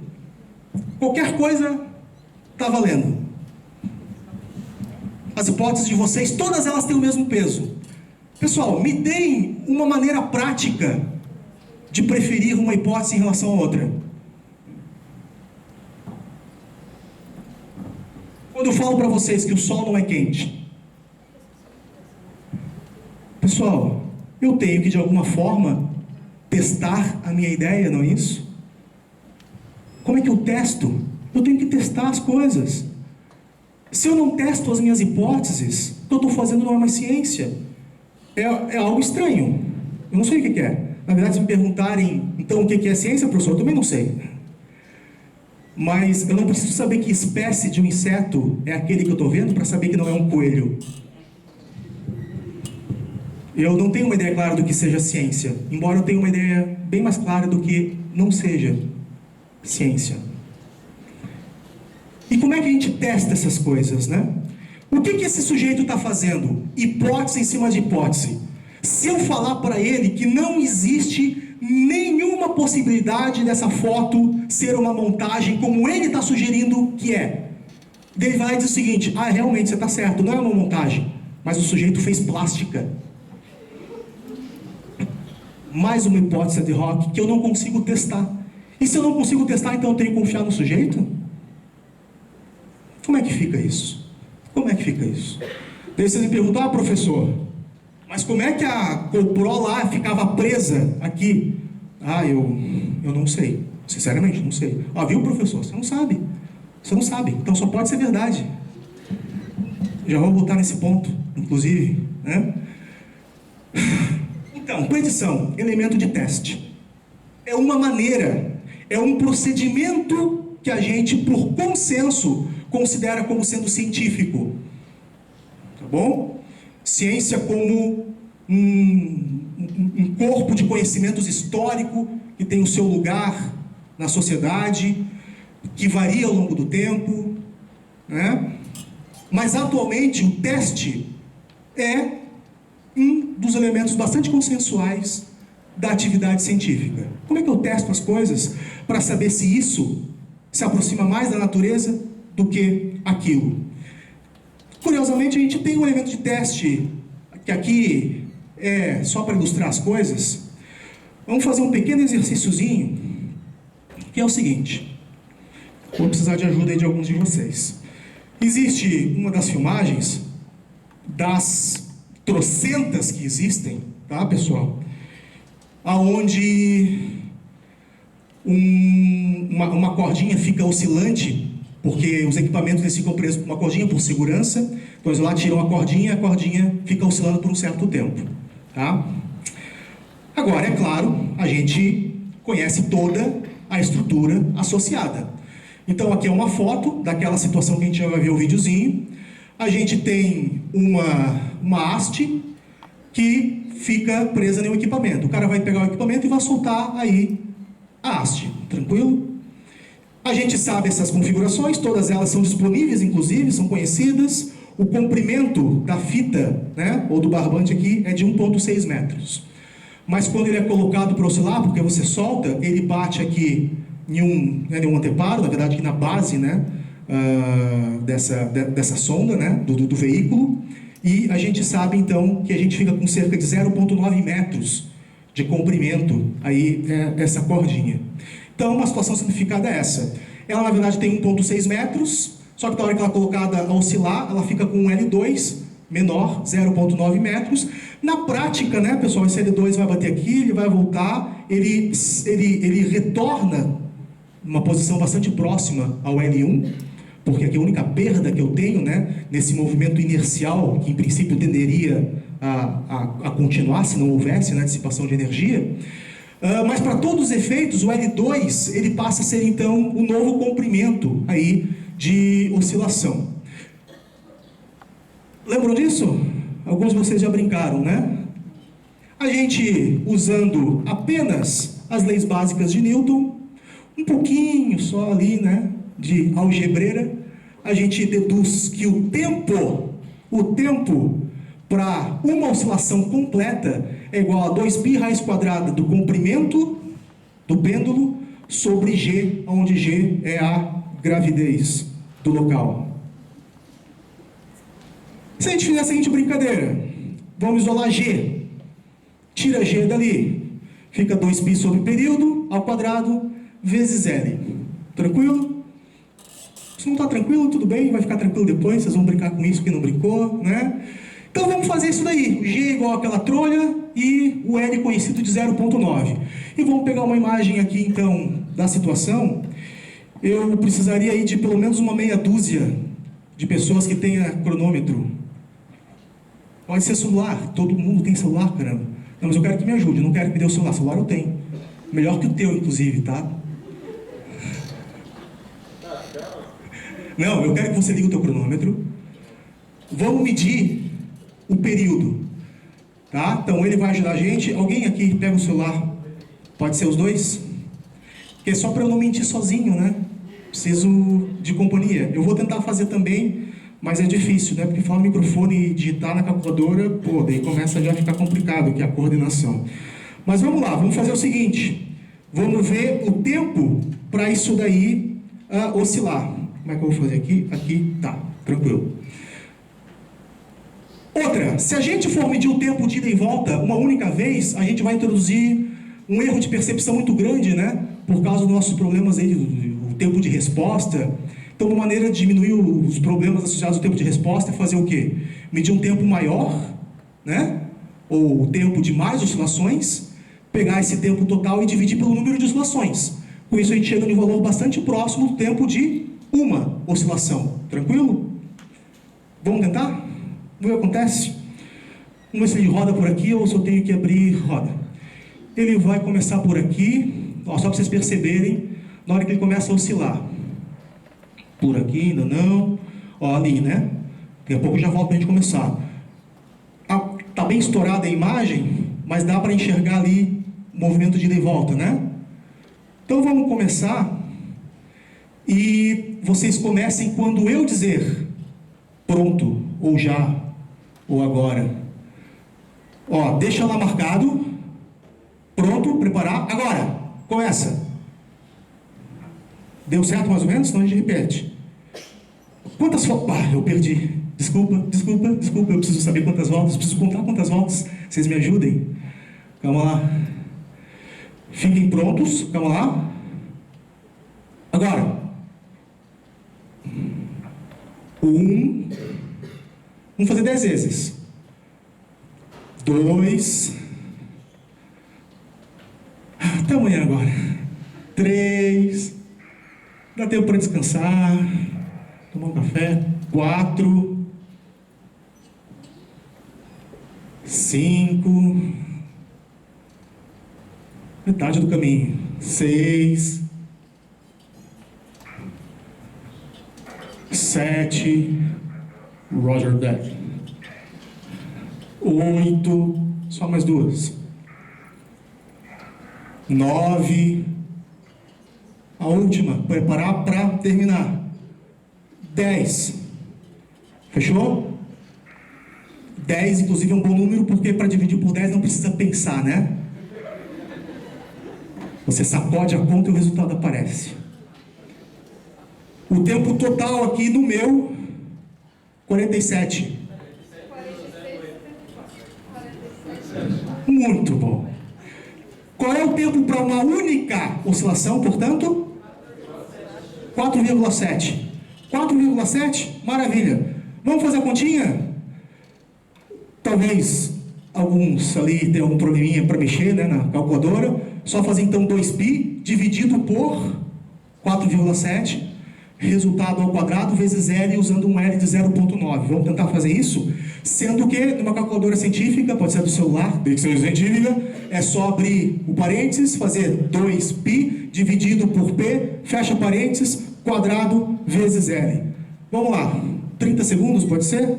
Vou fazer na minha também. 4,7, né? 4,7. Abre parênteses, 2. Meu π precisa da segunda função, precisa das duas mãos. Cadê meu π? Achei. Não precisa ser um função. 2π dividido por período, 4,7. Fecha parênteses, quadrado, vezes 1L, 0,9. E daí? Deu quanto? Deu quanto? 1,6? 1,6? 1,6 para o valor de G? Se eu uso gravitação universal newtoniana para calcular o valor da gravidade da Lua, qual é o valor que a gente encontra?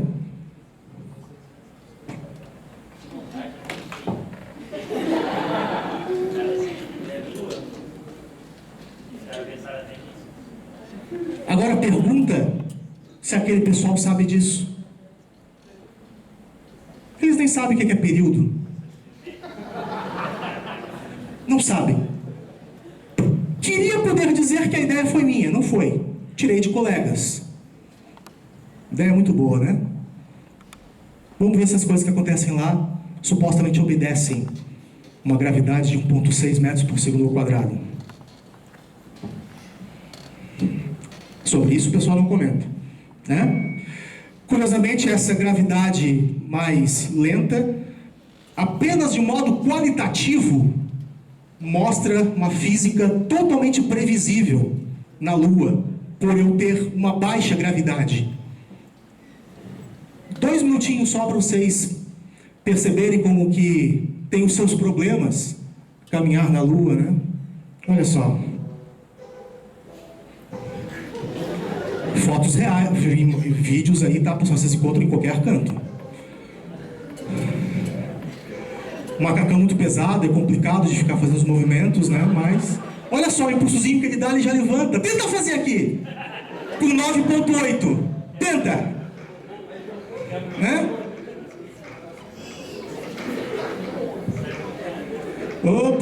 Opa. Acho que é só andar, né? Olha ali, olha ali.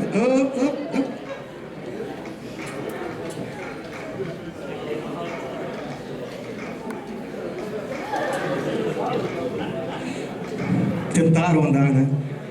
Nós nunca andamos, nós tentamos andar na Lua. É difícil. É difícil. Tem muitos outros, tá, pessoal? Para uma palestra eu achei que era melhor a gente não ficar com tantos vídeos. Até removi uns aí de outros que eu tinha a ideia. Pessoal, isso não vem do nada, né? A gente vai lá, tem uma boa ideia e, opa, vamos para a Lua, já estamos todo mundo lá. Isso é uma história extremamente conhecida. Pelo jeito não, por todos os adultos, né? Barbados. As coisas não começaram aqui, mas aqui é um bom ponto de partida arbitrário e coerente para contar rapidinho para vocês as motivações para termos ido até a Lua em 1969, tá, pessoal? Em 1957, os soviéticos lançam o Sputnik. Vocês lembram? Da época? Foi lançado ali com a famosa classe de foguetes R-7 da União Soviética. Esqueci o nome do engenheiro, grande engenheiro aeroespacial da Rússia, na verdade ex-União Soviética, né? Por detrás disso, não é o Wernher von Braun, que eu já vou comentar a respeito dele também. Esse foguete levou um monte de gente que eu digo um monte de badulacos, de coisas, de poiocas. Primeiro, Sputnik é um dos mais importantes. Sputnik era um satélite, na verdade o primeiro oficialmente a orbitar o planeta Terra. Ele só fazia um pip, pip, pip, pip, curiosamente detectável em todo o planeta. Os americanos ficaram loucos, né? Primeiro porque achavam que aquilo aí tinha algum código maluco. O pessoal já tinha passado por aquele problema lá da Segunda Guerra Mundial com a máquina Enigma, né? O pessoal da Aliança sempre ouvindo os alemães, mas de uma maneira codificada, foi uma desgraça para quebrar aquele código ali. Não, deve ter um código aqui também, né? Passou lá 10, 20 anos e descobriram que não tinha código nenhum. Meio que foi só para incomodar, né? O Sputnik, ele era ouvido na época nas escolas. Vocês não lembram? Década de 50? Curiosamente, a mesma classe de foguetes R-7 também fez outro voo histórico. Levou a Kudryavka lá para cima. Conhecem a Kudryavka? O pessoal chama de Laika, né? Laika, na verdade, em russo, eu sou fluente em russo, vocês sabiam? Me provem que eu não sou. Laika significa guapeca, cachorro, au-au. O pessoal chamou isso de Laika, na cadela Laika, ela tem um nome, Kudryavka. Kudryavka. Muitas pessoas já ouviram falar da Kudryavka, né? Da Laika, mas eles não sabem que ela morreu na subida ainda, né? É uma pena, ela não voltou vivinha. Aqui ela era indo, não voltando. Ela voltou literalmente cozida, pessoal. É sério. Pensando em questões, né, de ciência, tecnologia, sociedade, proteção dos animais, essas coisas são polêmicas.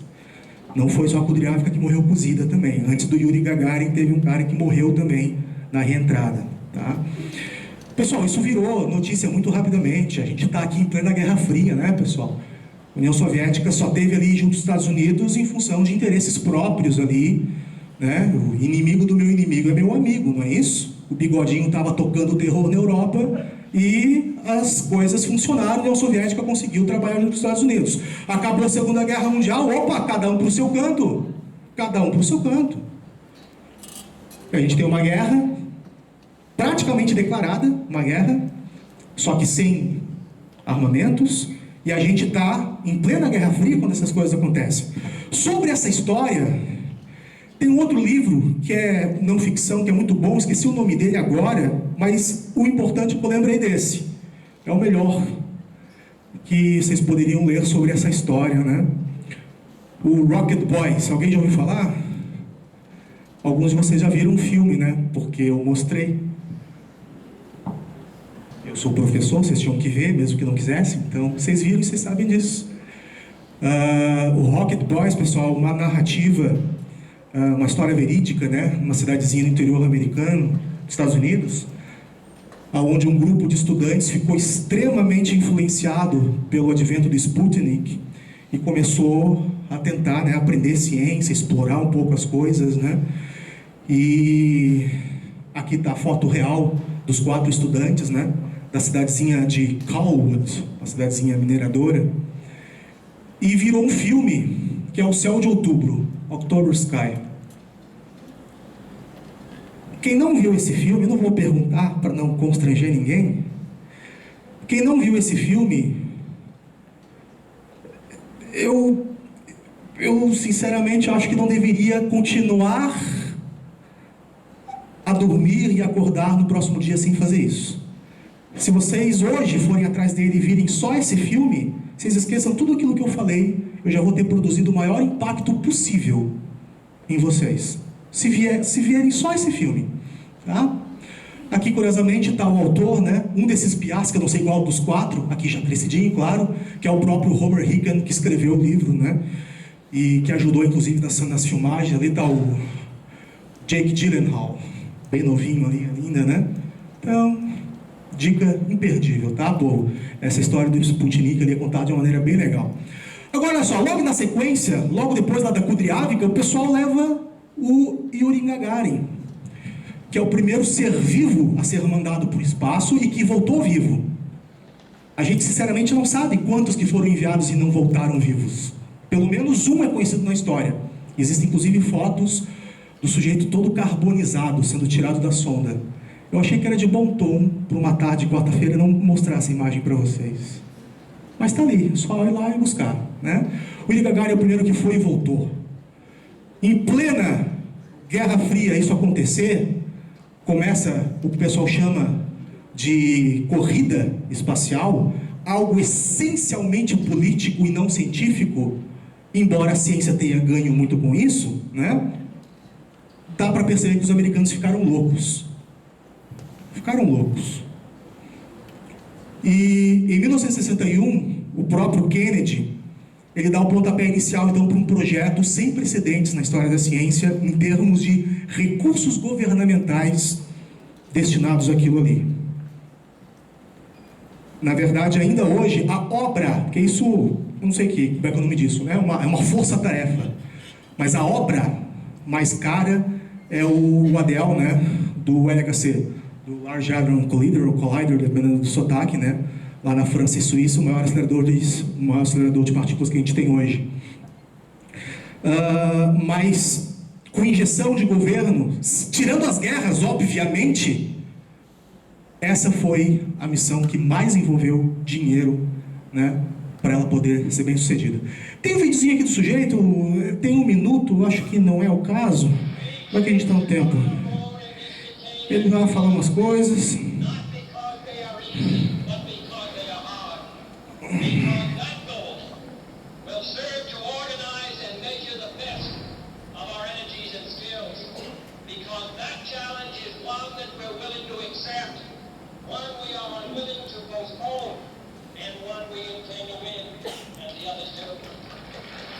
Vamos continuar aqui nessa trolha.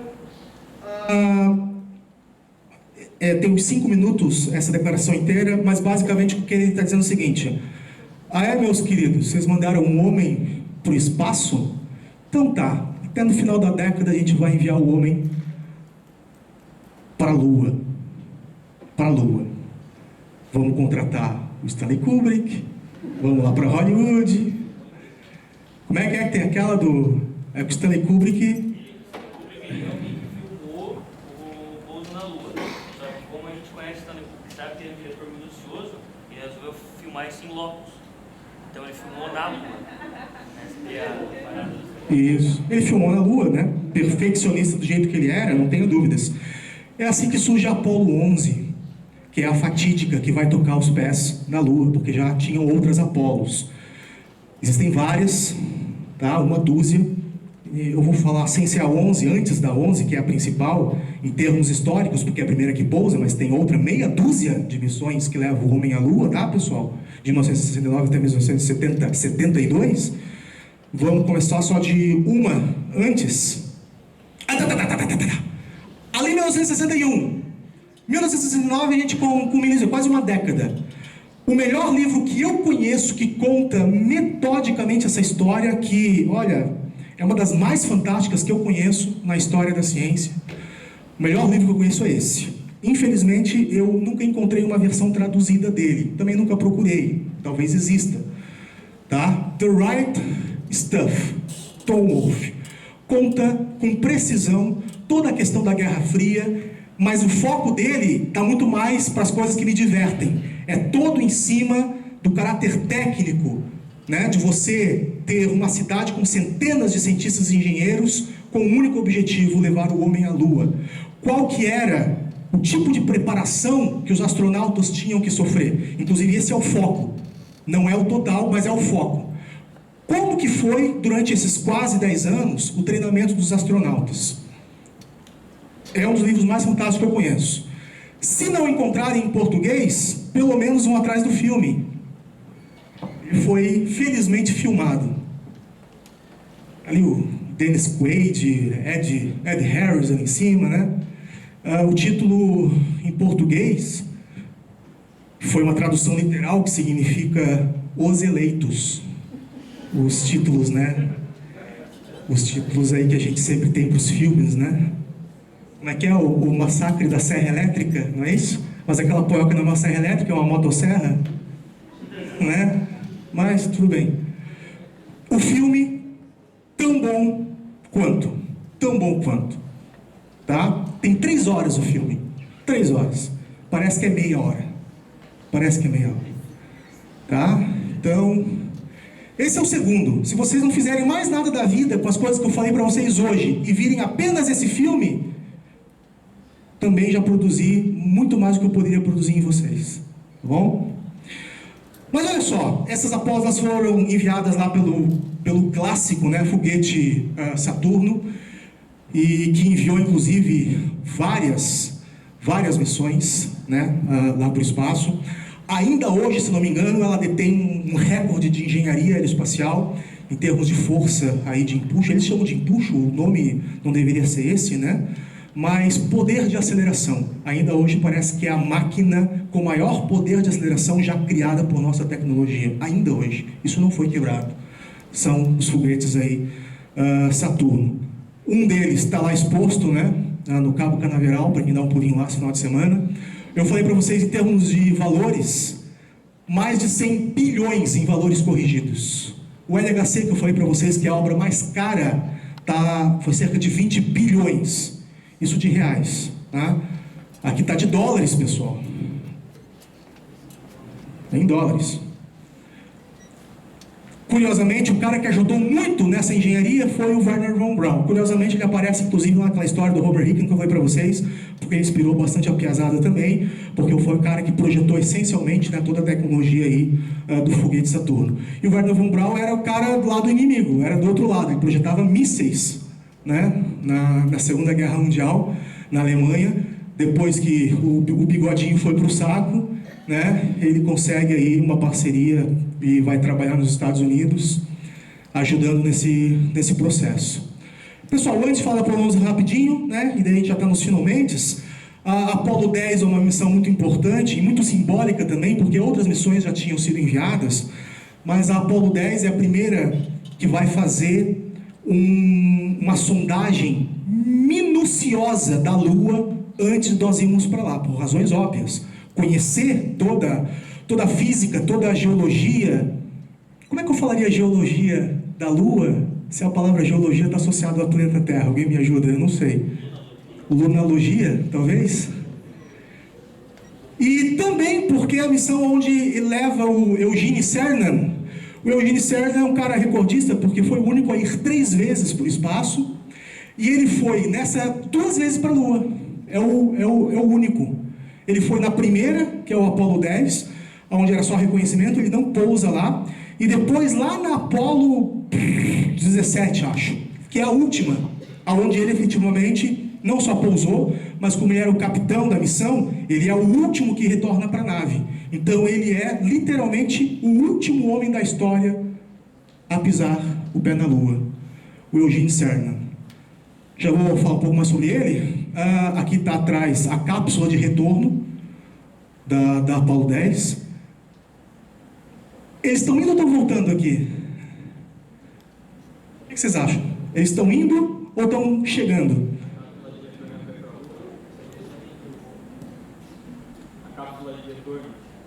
O que tem?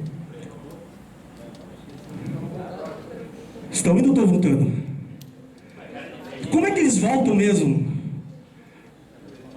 Eles voltam, como o Luan Santana diria, de um meteoro, né? Aquela bola de fogo. Então não ia estar bonitinho assim, isso daí. E eles não iam estar com essa cara animada que eles estão.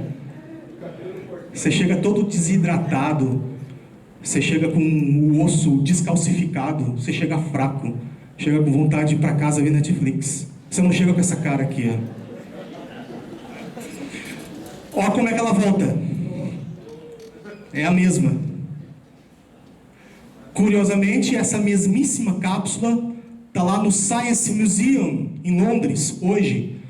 Quando ela foi colocada lá, né, o próprio Eugene Cernan, ele faleceu, se não me engano, agora há pouco tempo, esteve lá presente, mas qualquer um, né, que dá um pulinho lá, vai ver aí a cápsula, muito legal por dentro, né, bem legal. E são coisas absolutamente factuais, faz parte da nossa história recente, da nossa ciência, da nossa tecnologia, pessoal. Inclusive, o Eugene Cernan foi motivo de um grande documentário, eu acho que é o melhor que eu já vi sobre o tema. Livros tem melhores, mas documentário eu acho que é o melhor, que é justamente e propriamente, né, The Last Man on the Moon. Ele tem trechos, se eu não me engano, legendado no YouTube, mas ele inteiro, eu não sei se tem aí a legenda, mas vocês encontram ele facilmente aí em um torrent perto de vocês. E fantástico, tá, pessoal, porque as imagens do documentário, assim, são uma das coisas mais bonitas que a gente vê, né, ainda mais para quem se interessa sobre essas coisas.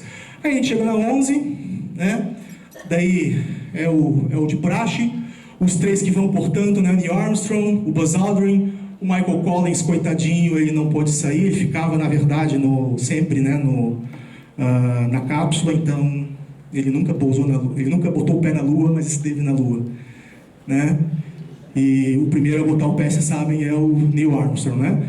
Isso lá, 16 de junho de 1969, chegam no dia 20 na Lua, altitude lá, não importa, uma velocidade aproximadamente aí de 40 mil quilômetros por hora de cruzeiro. E por inércia, né, pessoal? Por inércia, na hora que eu coloco ela em rota para onde ela quer ir, ela vai, né? Eu não preciso de ninguém para ficar empurrando ela. Não preciso de combustível. O que significa que botar uma nave para fora da atmosfera é quase tão simples quanto levar ela até a Lua. O problema é chegar na Lua e fazer daí as manobras. Isso daí é que realmente exige, né, mais combustível e muito mais. Para viagem, não precisa de combustível. Vai, né? Vai.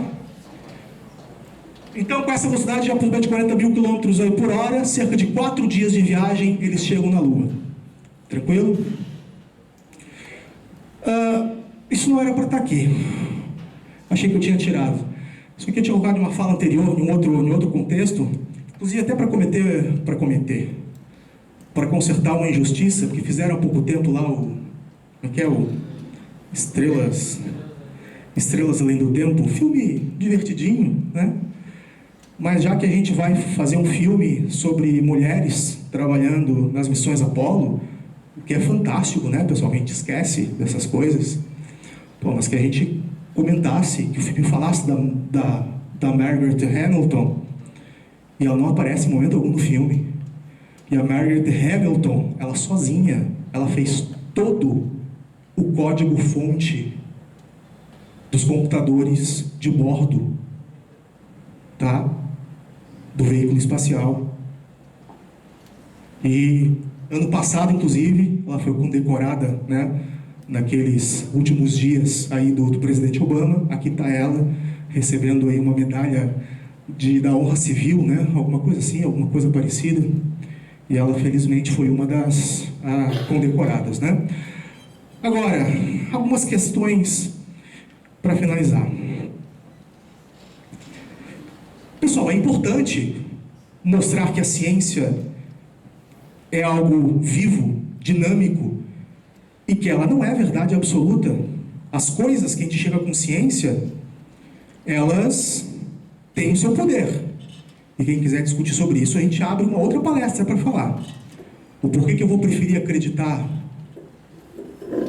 até mesmo em coisas bastante inexatas, como, por exemplo, o pessoal que usa modelos estocásticos para dar conta da previsão do tempo.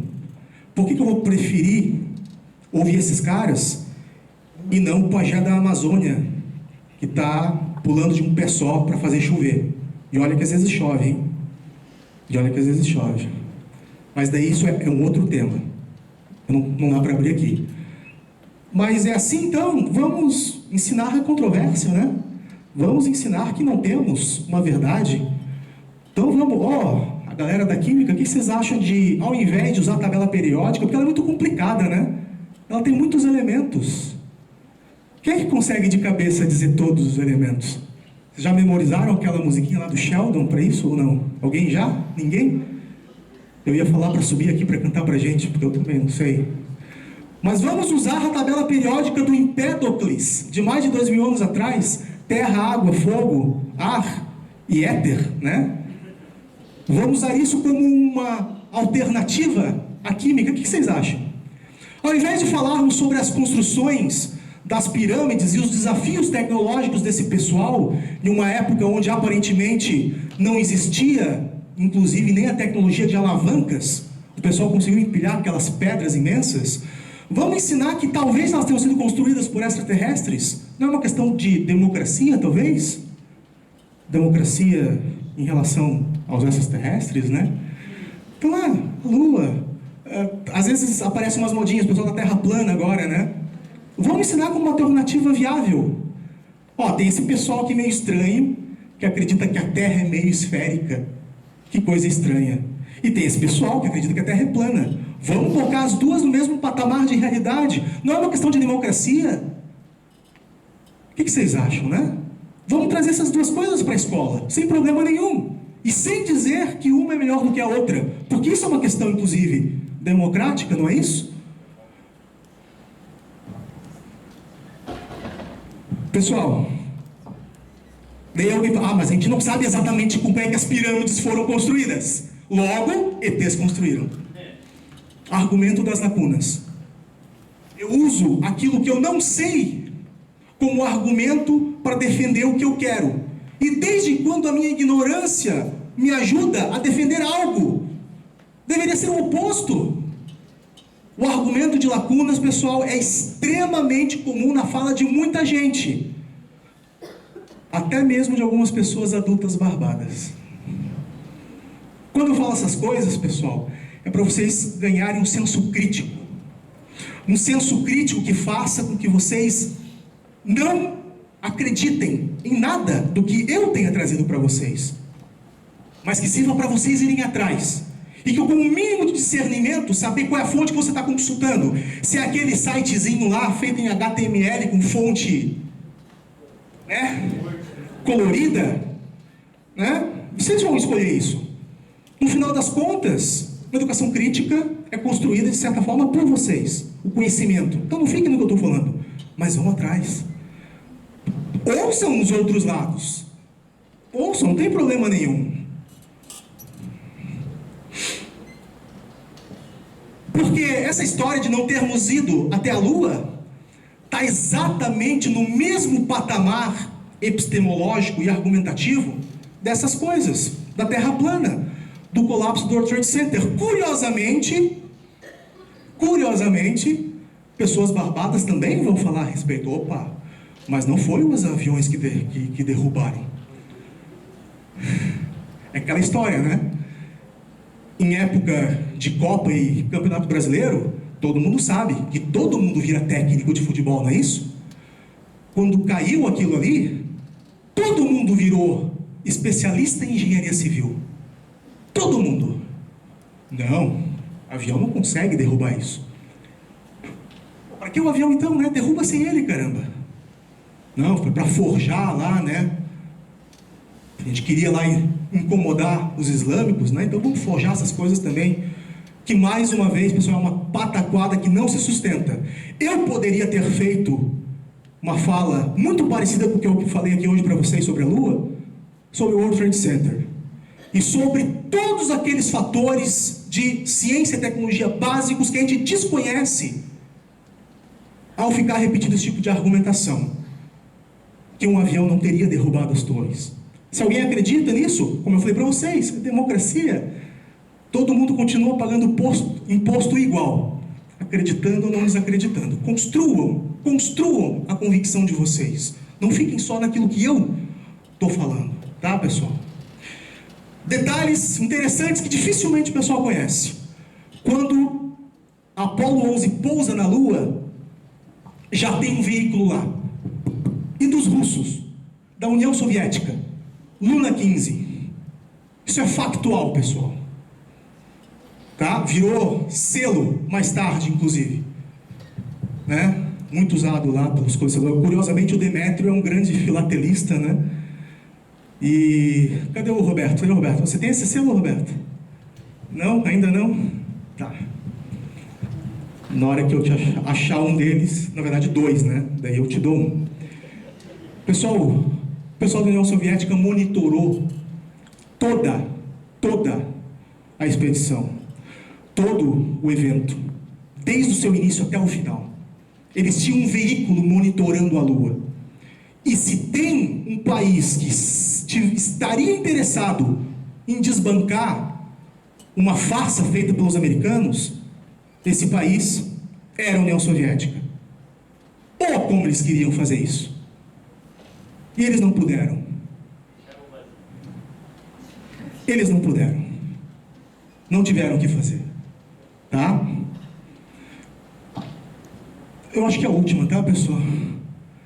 Em 1919 a gente colocou lá esse espelhinho.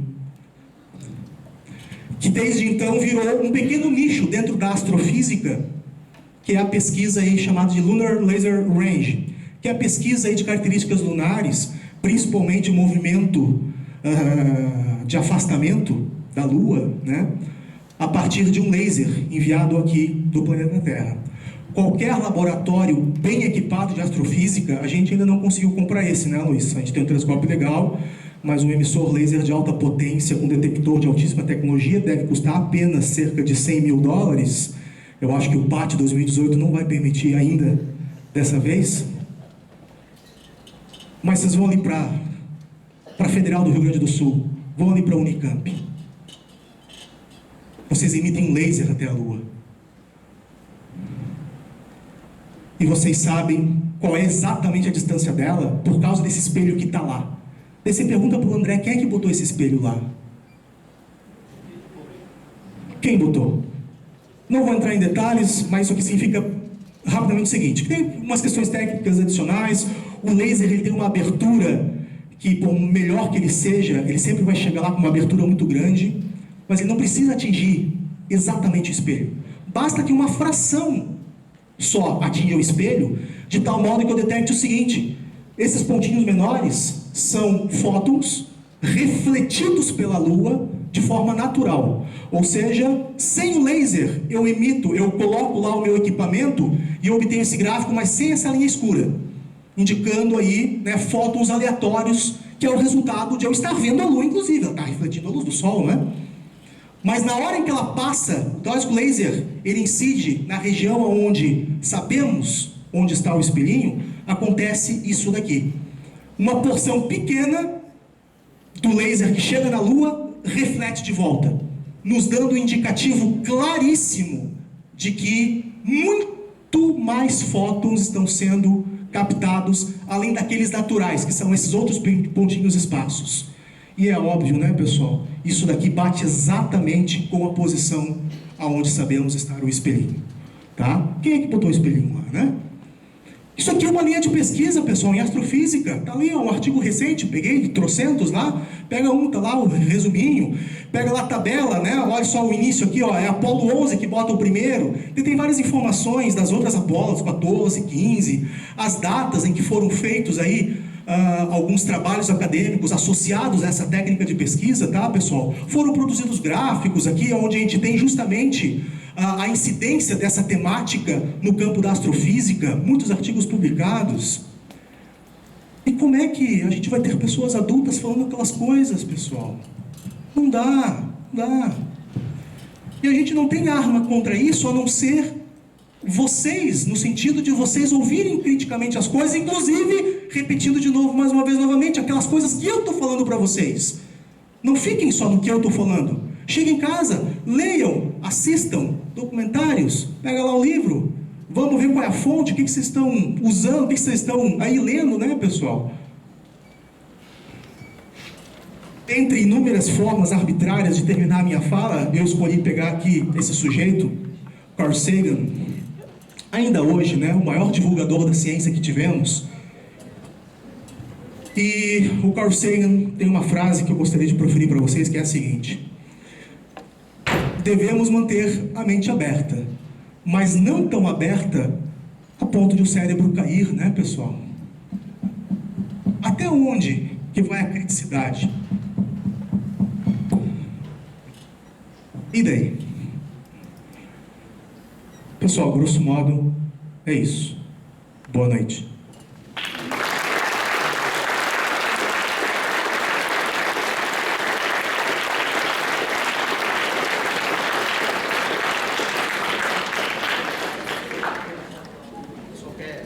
Quer debandar ou alguém quer falar alguma coisa? Qualquer coisa passa se alguém quiser. Só mais alguns minutinhos, caso alguém tenha aí algum problema pessoal para resolver comigo.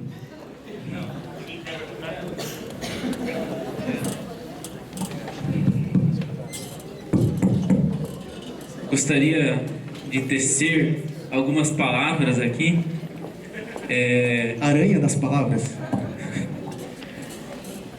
Queria saber o porquê que você acha que essa palestra não deveria ser apresentada. Excelente pergunta. Como é que você pensou nisso? Me veio agora. Alguém poderia me dizer por que essa palestra não deveria existir?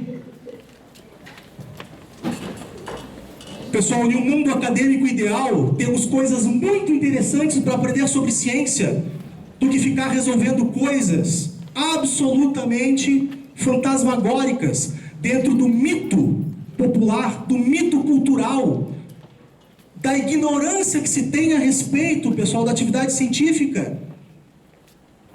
É por isso que essa palestra não deveria existir.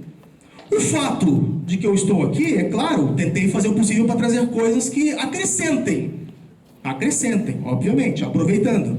Mas eu poderia, por exemplo, estar dando uma palestra sobre toda a questão técnica de ir até a Lua. Não seria legal? E eu não falei nada disso aqui. Eu só tentei rebater um pouquinho das argumentações que aparecem por aí. A palestra poderia ser essa. Quais são os desafios técnicos, tecnológicos, científicos para ir até a Lua? Isso seria legal. A gente teria aprendido muito mais ciência, inclusive, né, do que hoje. Tranquilo? Pessoal, a minha fala era no sentido para dar, né, um alerta de modo geral. Então, se vocês estão satisfeitos, eu também estou, né? Não precisamos mais continuar, apenas que pensem a respeito. É o que basta. E assistam o Céu de Outubro. Boa noite.